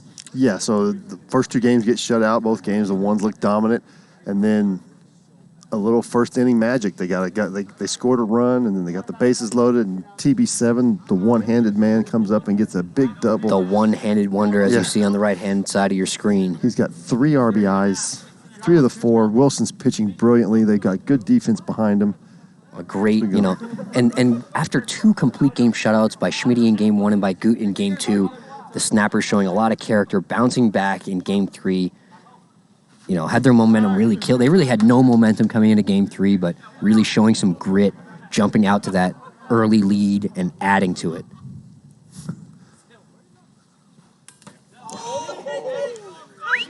Tink, 49 on the outside pipe. Nasty pitch from AK, and AK's working against the wind, so it's these pitches and all this movement is even more impressive as Greg Kelly grounds that one to short. Justin Spurrier, a vacuum out there, reels that one in, throws onto first in plenty of time, 3.62. Yeah, it's a great play.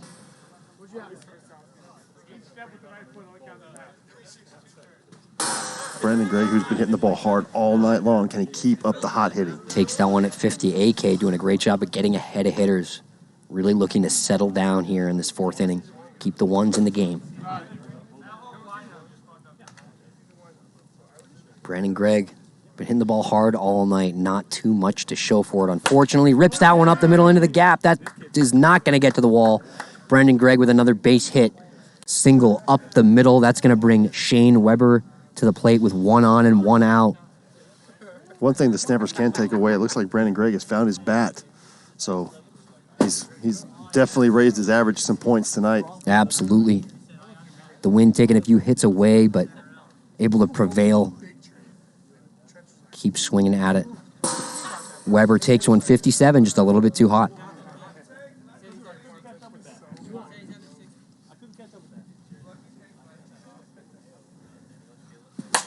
Fly ball, left field, wind's blowing it back in. Yes, that's the Birdman in left field. No Scott Dobbins, no Gold Glover. The Birdman. Bird chasing this ball. The wind just kept blowing it in, and he kept running in, ranging over, makes the play, not with too much trouble. What is cool? Wow, come on, ones. I need a signed wiffle ball in my life. Wilson flies that one. Another one knocked down by the wind. Off the hands of Goot. This time, AK unable to bail him out. And Wilson's on base. Bird standing near second base, but he's an outfielder unable to cover there. Just takes the ball right off the chest. Yeah, smart. Again, Bird knows he can't touch the ball. If he comes, it's automatically a dead ball. Outfielders can't touch it. Now another spot where TB7 can get a base hit here, and AK playing shortstop. There was a play earlier where that ball went off of Goot's hands, but he popped it up, and AK was able to bail him out. That time, no AK to bail him out as he drops that one, and that's going to be a reached-on error. Yeah. And that's, like we're saying, that giving those extra outs is not something you want to do here with 2 outs and a runner in scoring position now with the 3-time MVP at the plate.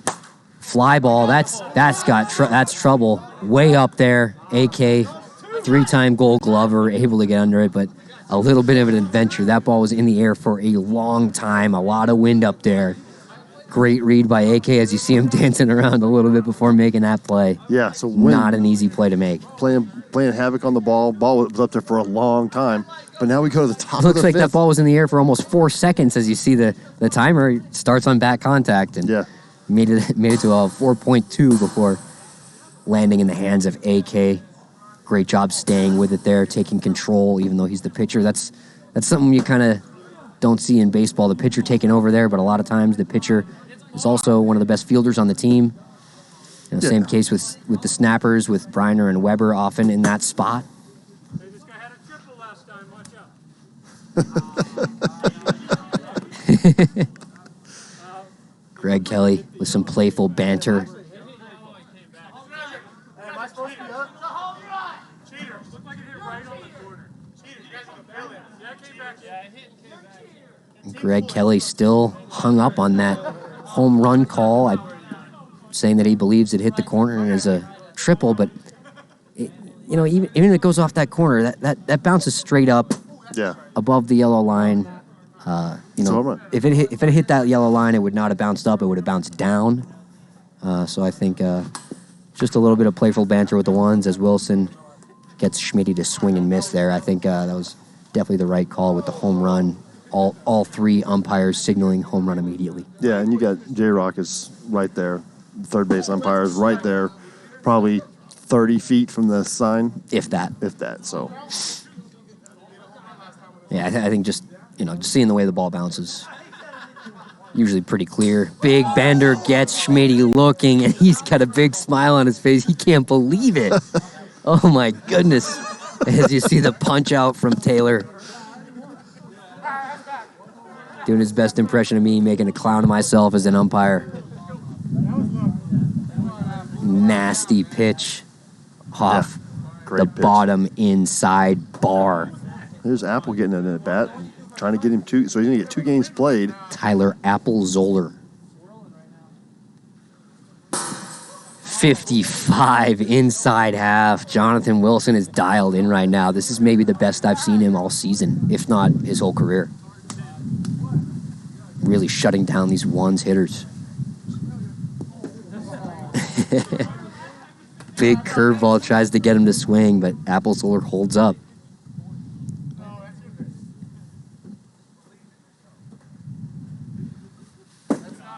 Turns away from that one, almost gets a piece of the inside bar.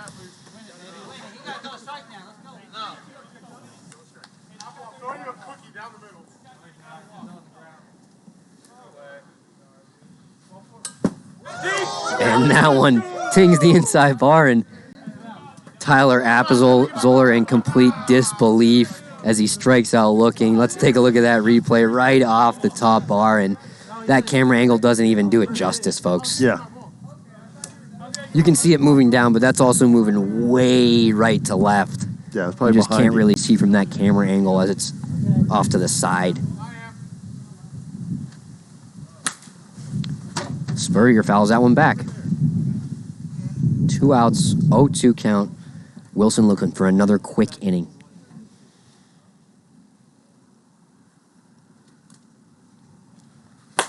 Ground ball up the middle. Brandon Gregg unable to get a hand on it, and that is going to be a base hit. Justin Spurrier, another base hit, and that brings Adam Couts to the plate. Couts now batting from the left side.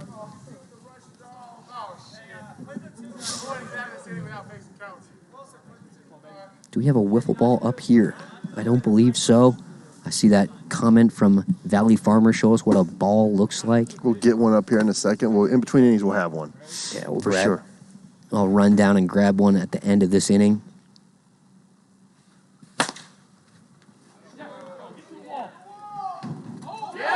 Oh, crashes into the wall out there. Looks like that one did reach the wall. But it's dirty, so it's only going to doesn't score the run. You see Weber gets a hand on it before it reaches the wall, so that's going to be second and third. Second and third, saves a run there. Good hustle play from Weber, putting the body on the line despite that knee injury. Snapper's showing a lot of grit this game.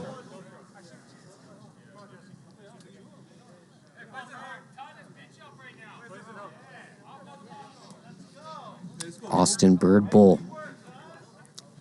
up to the bat yet again. Last time swung and missed twice in the same at bat. Would be surprised to see more of that this time. I think he's going to really lock it in. Yeah. Just kidding. Well, again, so Wilson throws that big slider. He's thinking it's going to slide, and it doesn't. It drops instead. He's got that sort of decoy pitch that starts the same and doesn't change its mind halfway to the plate. As that one does, you see an example of the opposite, the big bender there, out of the hands of Wilson.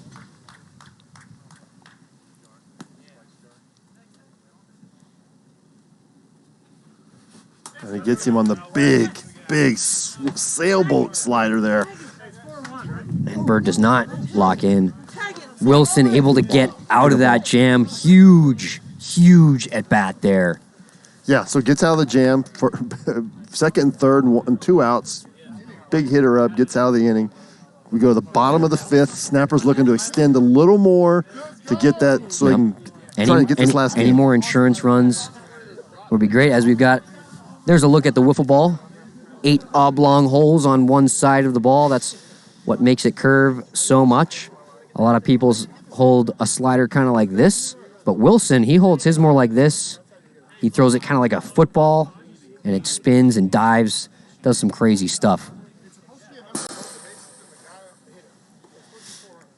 Looks like we're just about ready to get underway here in the bottom of the 5th. Adam Couts warming up for the ones. Looks like he'll be in his 5th inning of work. I believe he came in the 1st inning, right? 3 bases loaded, no one out? Bases loaded, no one out because, Spurrier walked out. Was able to escape that jam, only giving up a pair of runs, but the Snappers tacked on 2 more. They're now up 4-1, looking to extend that lead just a little bit. 3 runs, not a comfortable lead. Not here, not against the ones. Oh, Taravella, you got the wrong side, buddy. Ground ball through the 5-6 hole. David Harley Jr.'s got a lead-off single. Or did that get to the wall? No, it did not. Did not Looks get to the wall. Bird, again, underrated for his athleticism. Good hustle from Bird. Gets in front of that. That's going to bring Greg Kelly to the plate. 1 on, no one out. Kelly fouls that one off. Greg's seen the ball really well tonight. Just hasn't been able to get that break. A lot of tough luck for the Snappers tonight with this win, too. Yeah, a lot of Adam balls, a lot of hard hit balls.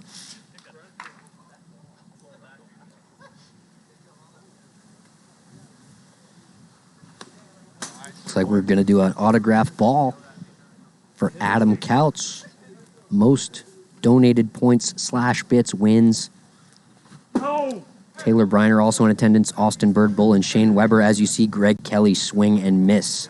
That's going to be out number 1. Couts with that screwball in on the hands, and Kelly thought it was going to be over the plate until he started swinging at it. It's going to bring the rookie Scott Labrado to the plate. So you can see, looks like Adam Couts running away with this pole. Get him to sign a wiffle ball up here in the booth during that post-game portion of the broadcast.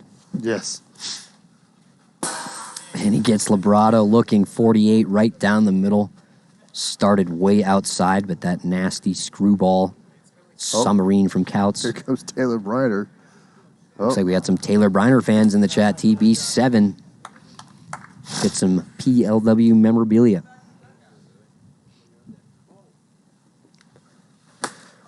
Fly ball, second base. Applezoler's under it. Basket catch, unable to make it. He flips, runs to second. Looks like that's not going to be in time. Applezoler unable to make the play. Looks like they moved Goot out of that position after he dropped one. Now Applezoler drops one, and the ones defense showing some weakness here. First and second, just 1 out. Brandon Gregg, probably the hottest hitter in this Snappers lineup, up in a big spot to try to give them a little bit more insurance. Yeah. It looks like Tom Gannon. I'm in the little signed ball race now, taking over. Myself, the announcer. Nice. Nothing like being in attendance and getting signed up. Just as I say that, more votes coming for Adam Couts.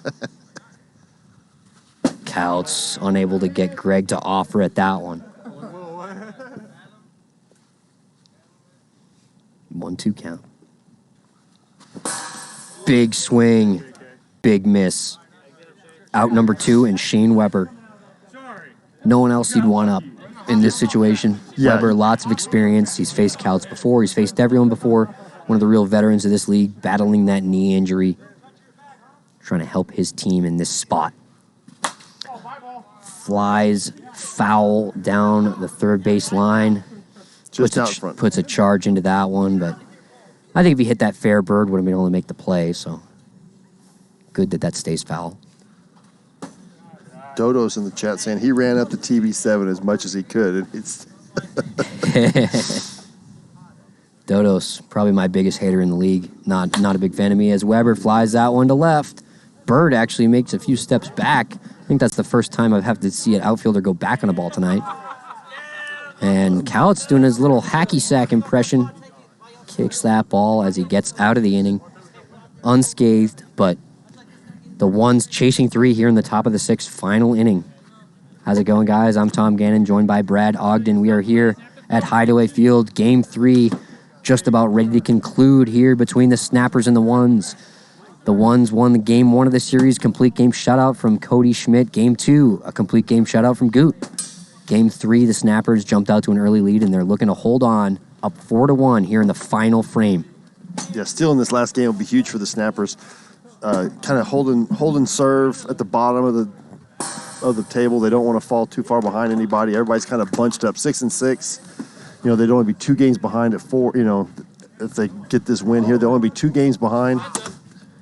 Yeah, and at the end of the season, when you're looking at your record and going, you know, it's going to be a really tight race, 1 game here, 1 game there. And, you know, being able to bounce back after those first 2 games and win game 3 will be huge for this Snappers team. Yeah. You know, and for the Ones as well, if they find they're 1 game back where they'd like to be, they're going to look back at this game thinking, oh, we really should have kept our foot on the gas pedal. Yeah, what was it, last season, 4 teams at 19-20 or 20-19, and it was run differential that set the playoffs, and lack of went run all the way down to run differential. That's right. Run differential, and one team, and the teams that missed the playoffs by 2 runs, 3 runs. Missed the playoffs by 3 runs, and we were in the relegation tournament. Yeah, that was scary. Keep pushing. Hey, keep putting those points up, guys. We got a 2-horse race. Come right on, now. guys! Don't let me win this. Come on. And 8K. Come on, guys. Let's get some more guys in there. Adam Couts would love to sign a ball as Greg Kelly knocks that one down at third base, picks it up Makes on a to great first. play. Kelly got to be happy with that one. Finally able to stay in front of one. His head balls ripped at him all night. This time, able to make the play, picks it up, makes a nice strong throw. Greg Kelly, GK Rabbit, the GOAT. He's the man behind the stream, putting this all together as Cody Schmidt swings and misses. Cody Schmidt trying to hit the 4-run home run there with nobody on base. Cody Schmidt trying to tie the game.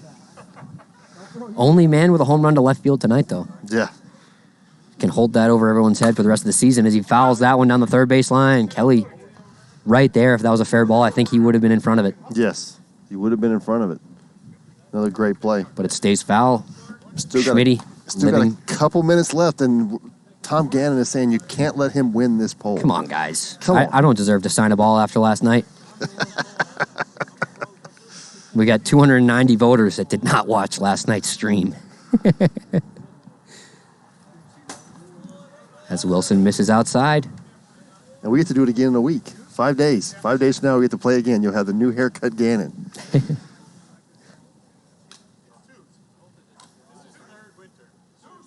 Looks like we get a 2-2 count here. So that's what I've got on my screen. A little confusion on the count. Wilson maybe getting out of his rhythm. And ripped right at Jesse Capps at 91 miles per hour, but he knocks it down, throws onto the backstop in time. And, oh my goodness. Cody Schmidt, 91 off the bat, and he's out. Yeah. That's tough. That's right. tough luck. I don't even think I can even hit a ball that hard. No. Still got a couple minutes left, guys. Get those points in. Try and get this autographed ball. Let's let Tom Gannon win this. Wilson almost with a wild pitch. That thing almost went over the backstop. Luckily, no one on base. No one would have advanced, but if there were a runner on base and it made it over the backstop. Everybody goes one as he gets Jeremy Llewellyn to chase that bender inside. Wilson sometimes gets a ball to hit a left-handed hitter, and they offer at it. I've been the victim of a couple of those, and Llewellyn standing very close to the plate. As he waves and misses at another, jammed. And that's going to be out number 3. Wilson able to shut the door, throws a complete game, just 1 run. the winning pitcher in each of the 3 games tonight with the complete game, but Wilson unable to get the shutout as Schmitty and Goot got the shutout. So let's get. Oh, it looks like I got the signed ball. I'm going to be signing a wiffle ball here. Yep. I'm going to need a Sharpie from down below in the control room. And we got Honey Mustard getting that 4-1 final. Honey Mustard getting that channel points, and let's get Adam Couts up here for the post game interview. Tom, I'll go grab him. All right. Although we may be having another separate poll for that. Sit with us for just a couple of minutes. We may have a poll for the player of the game, player of the series type post-game interview here tonight, as I will be signing this wiffle ball for you guys, ladies and gentlemen. Whoever, I just missed it. Somebody won this this sign ball. Yeah. So I'm gonna get it for you right now. You're gonna have to make a clip on Twitch, get your authentication here, as you can see. Pick a player for the booth: Adam Couts, Austin Birdbull, or Jonathan Wilson with that big Game 3 pitching performance. I'm gonna sign this ball for you right here. And it looks like this Sharpie doesn't work. We're gonna have to get another Sharpie. If we've got another Sharpie down there in the control room, please hand that up and vote in the poll. Pick a player for the booth: Adam Couts, Austin Birdbull, or Jonathan Wilson, as I have our backup Sharpie in the bullpen. It's a 3-way tie. It's all get Bird. No, let's not get Bird up here. Miss Dr. Winkley, I love it. Signed this with my nickname. Got this nickname at the first wiffle ball tournament I ever played in. Dr. Winkley, number 12. That was signed by me. No. You got the proof right here. Actually got that nickname. First wiffle ball tournament I ever played in. There was my friend's dad's neighbor, as you have in the backyard tournaments, was sitting on the deck watching the game during the championship. He says, "Hey, that pitcher just looks just like Dr. Winkley from that old show." Looking around, being like, "You guys know that show, right?" Yeah. Well, guess what? We've done hours of research on the internet. There's no show, but I joined a league the year later and put that on my jersey, and it kind of stuck. All right, so that's Jonathan the story Wilson, behind winner of that. the poll. Let's get Jonathan Wilson up here, the winner of Game 3. Get him right up Jonathan here. Wilson, let's get that post-game interview. J-Dub with the big slider, had the wind blowing through those holes tonight. Great performance in Game 3. How's it going, Wilson? J-Dub, welcome to the booth. I'm sure you're happy to be in here. I'm sure you did not expect to have a snapper in the booth after those first 2 games. And before we get into Game 3 and that performance you had, let's talk about the first 2 games. Complete game shutout from Schmitty, complete game shutout from Goot, and you guys struggled. So let's start with the bad real quick. Yeah, no, it's definitely we're missing big pieces, but it happens to everybody. We struggled a little bit tonight. They pitched really well tonight, so give credit to them. Give credit where it's due. But hopefully in the future we got to be able to hit. Yeah, I mean they did a great job. Schmitty obviously the playoff MVP in the summer. Goot. And another difference is that Schmitty has that curveball where he doesn't really use the holes, so that came out, slows down a lot on the way to the plate, and then Goot comes in with that tight slider. Yeah. In Game 2, did it seem like all the speeds were a lot faster, or a lot slower, so to speak? Originally, when I used to face Goot, I thought all he had was a fastball, and today he had like Had 4 a different screwball. pitches. Yeah, I saw a he was screwball getting me coming out. bad. Goot has clearly been working on his he got craft. me looking Sometimes gets foolish. lost in that one's rotation. Absolutely. But now let's get into the fun part. Game 3. You guys get shut out the first 2 games, fall behind, have really no momentum going into Game 3, but you put up a couple runs in the first inning, you tack on a couple more, and a great pitching performance from you, holding down the ones to just 1. I mean, that's my biggest thing is trying to come out here and help my team win games, So I try to pitch as well as I can and give these guys an opportunity to score some runs. I mean, like you said, you tack on a couple each inning. I mean, it's going to be hard to lose a ball game if you score every inning, Agreed. So, Yep. but, Schmitty got me really good, though. I threw a good pitch to him when I told him smell you, and he launched one. Yeah, so. a lot of hitters kind of look silly tonight, as you see. Ooh, that ball carried. Anyway, let's talk about the wind a little bit. The wind really knocking down everything, and not only knocking things down, but hard hit balls to the outfield were really hanging up in the wind, getting caught up in that wind, giving the outfielder plenty of time to get under it. Absolutely. How much do you think the wind hindered the offense from both teams tonight? Oh, it helped us tremendously in Game 3. They hit a couple of hard hit balls. AK got a couple of hard hit balls, and the wind was on my side tonight. It helped my slider out big time. I mean, the slider breaks a lot, but tonight I was able to get a little more control on it. And I mean, we hit a couple hard balls too, but it just wasn't our night tonight. But we'll see them again next week. So yeah, you guys. So you guys play on Monday next week, I believe. Is that also against the Ones? Yes, sir. And I also heard that next week's series against the Ones will be Taylor Bryner's final series with the cast on. Can you confirm that? 3-time reigning MVP. He's going to be back, baby. Yeah, he's going to be One back more to the series and he's two-handed back. Bryner. He's back. The league is on notice. Keep his seat warm. He's on 'cause his way coming back. for it. All right, Wilson, I'll let you get back to it. Thank you Appreciate for it, coming up Tom. to the booth. Absolutely. Great performance, great pitching in Game 3. Jonathan Wilson, complete game, holds the ones to just a single run. Appreciate you, Tom. And thank you all for tuning in here to Premier League Wiffle, live from Hideaway Field. We will be back tomorrow at 6 p.m. Pacific time. And tomorrow, I believe it's Night Owls versus Cajuns, right, Brad? Yes, Night Owls versus Cajuns. That's another big series. So you've got two teams in the middle of the table. Big swing game. So if somebody can sweep or get 2 games up, that's going to be a swing series. And I know the Night Owls are looking to get back on track to kind of climb up the standings because it's kind of bunched up in the middle there. That's right. And it looks like we are just about ready to end the broadcast. So thanks again, all 291 viewers, for sticking with us. And we will see you tomorrow night at 6 p.m. Night Owls versus Cajuns. Thanks for watching. See ya.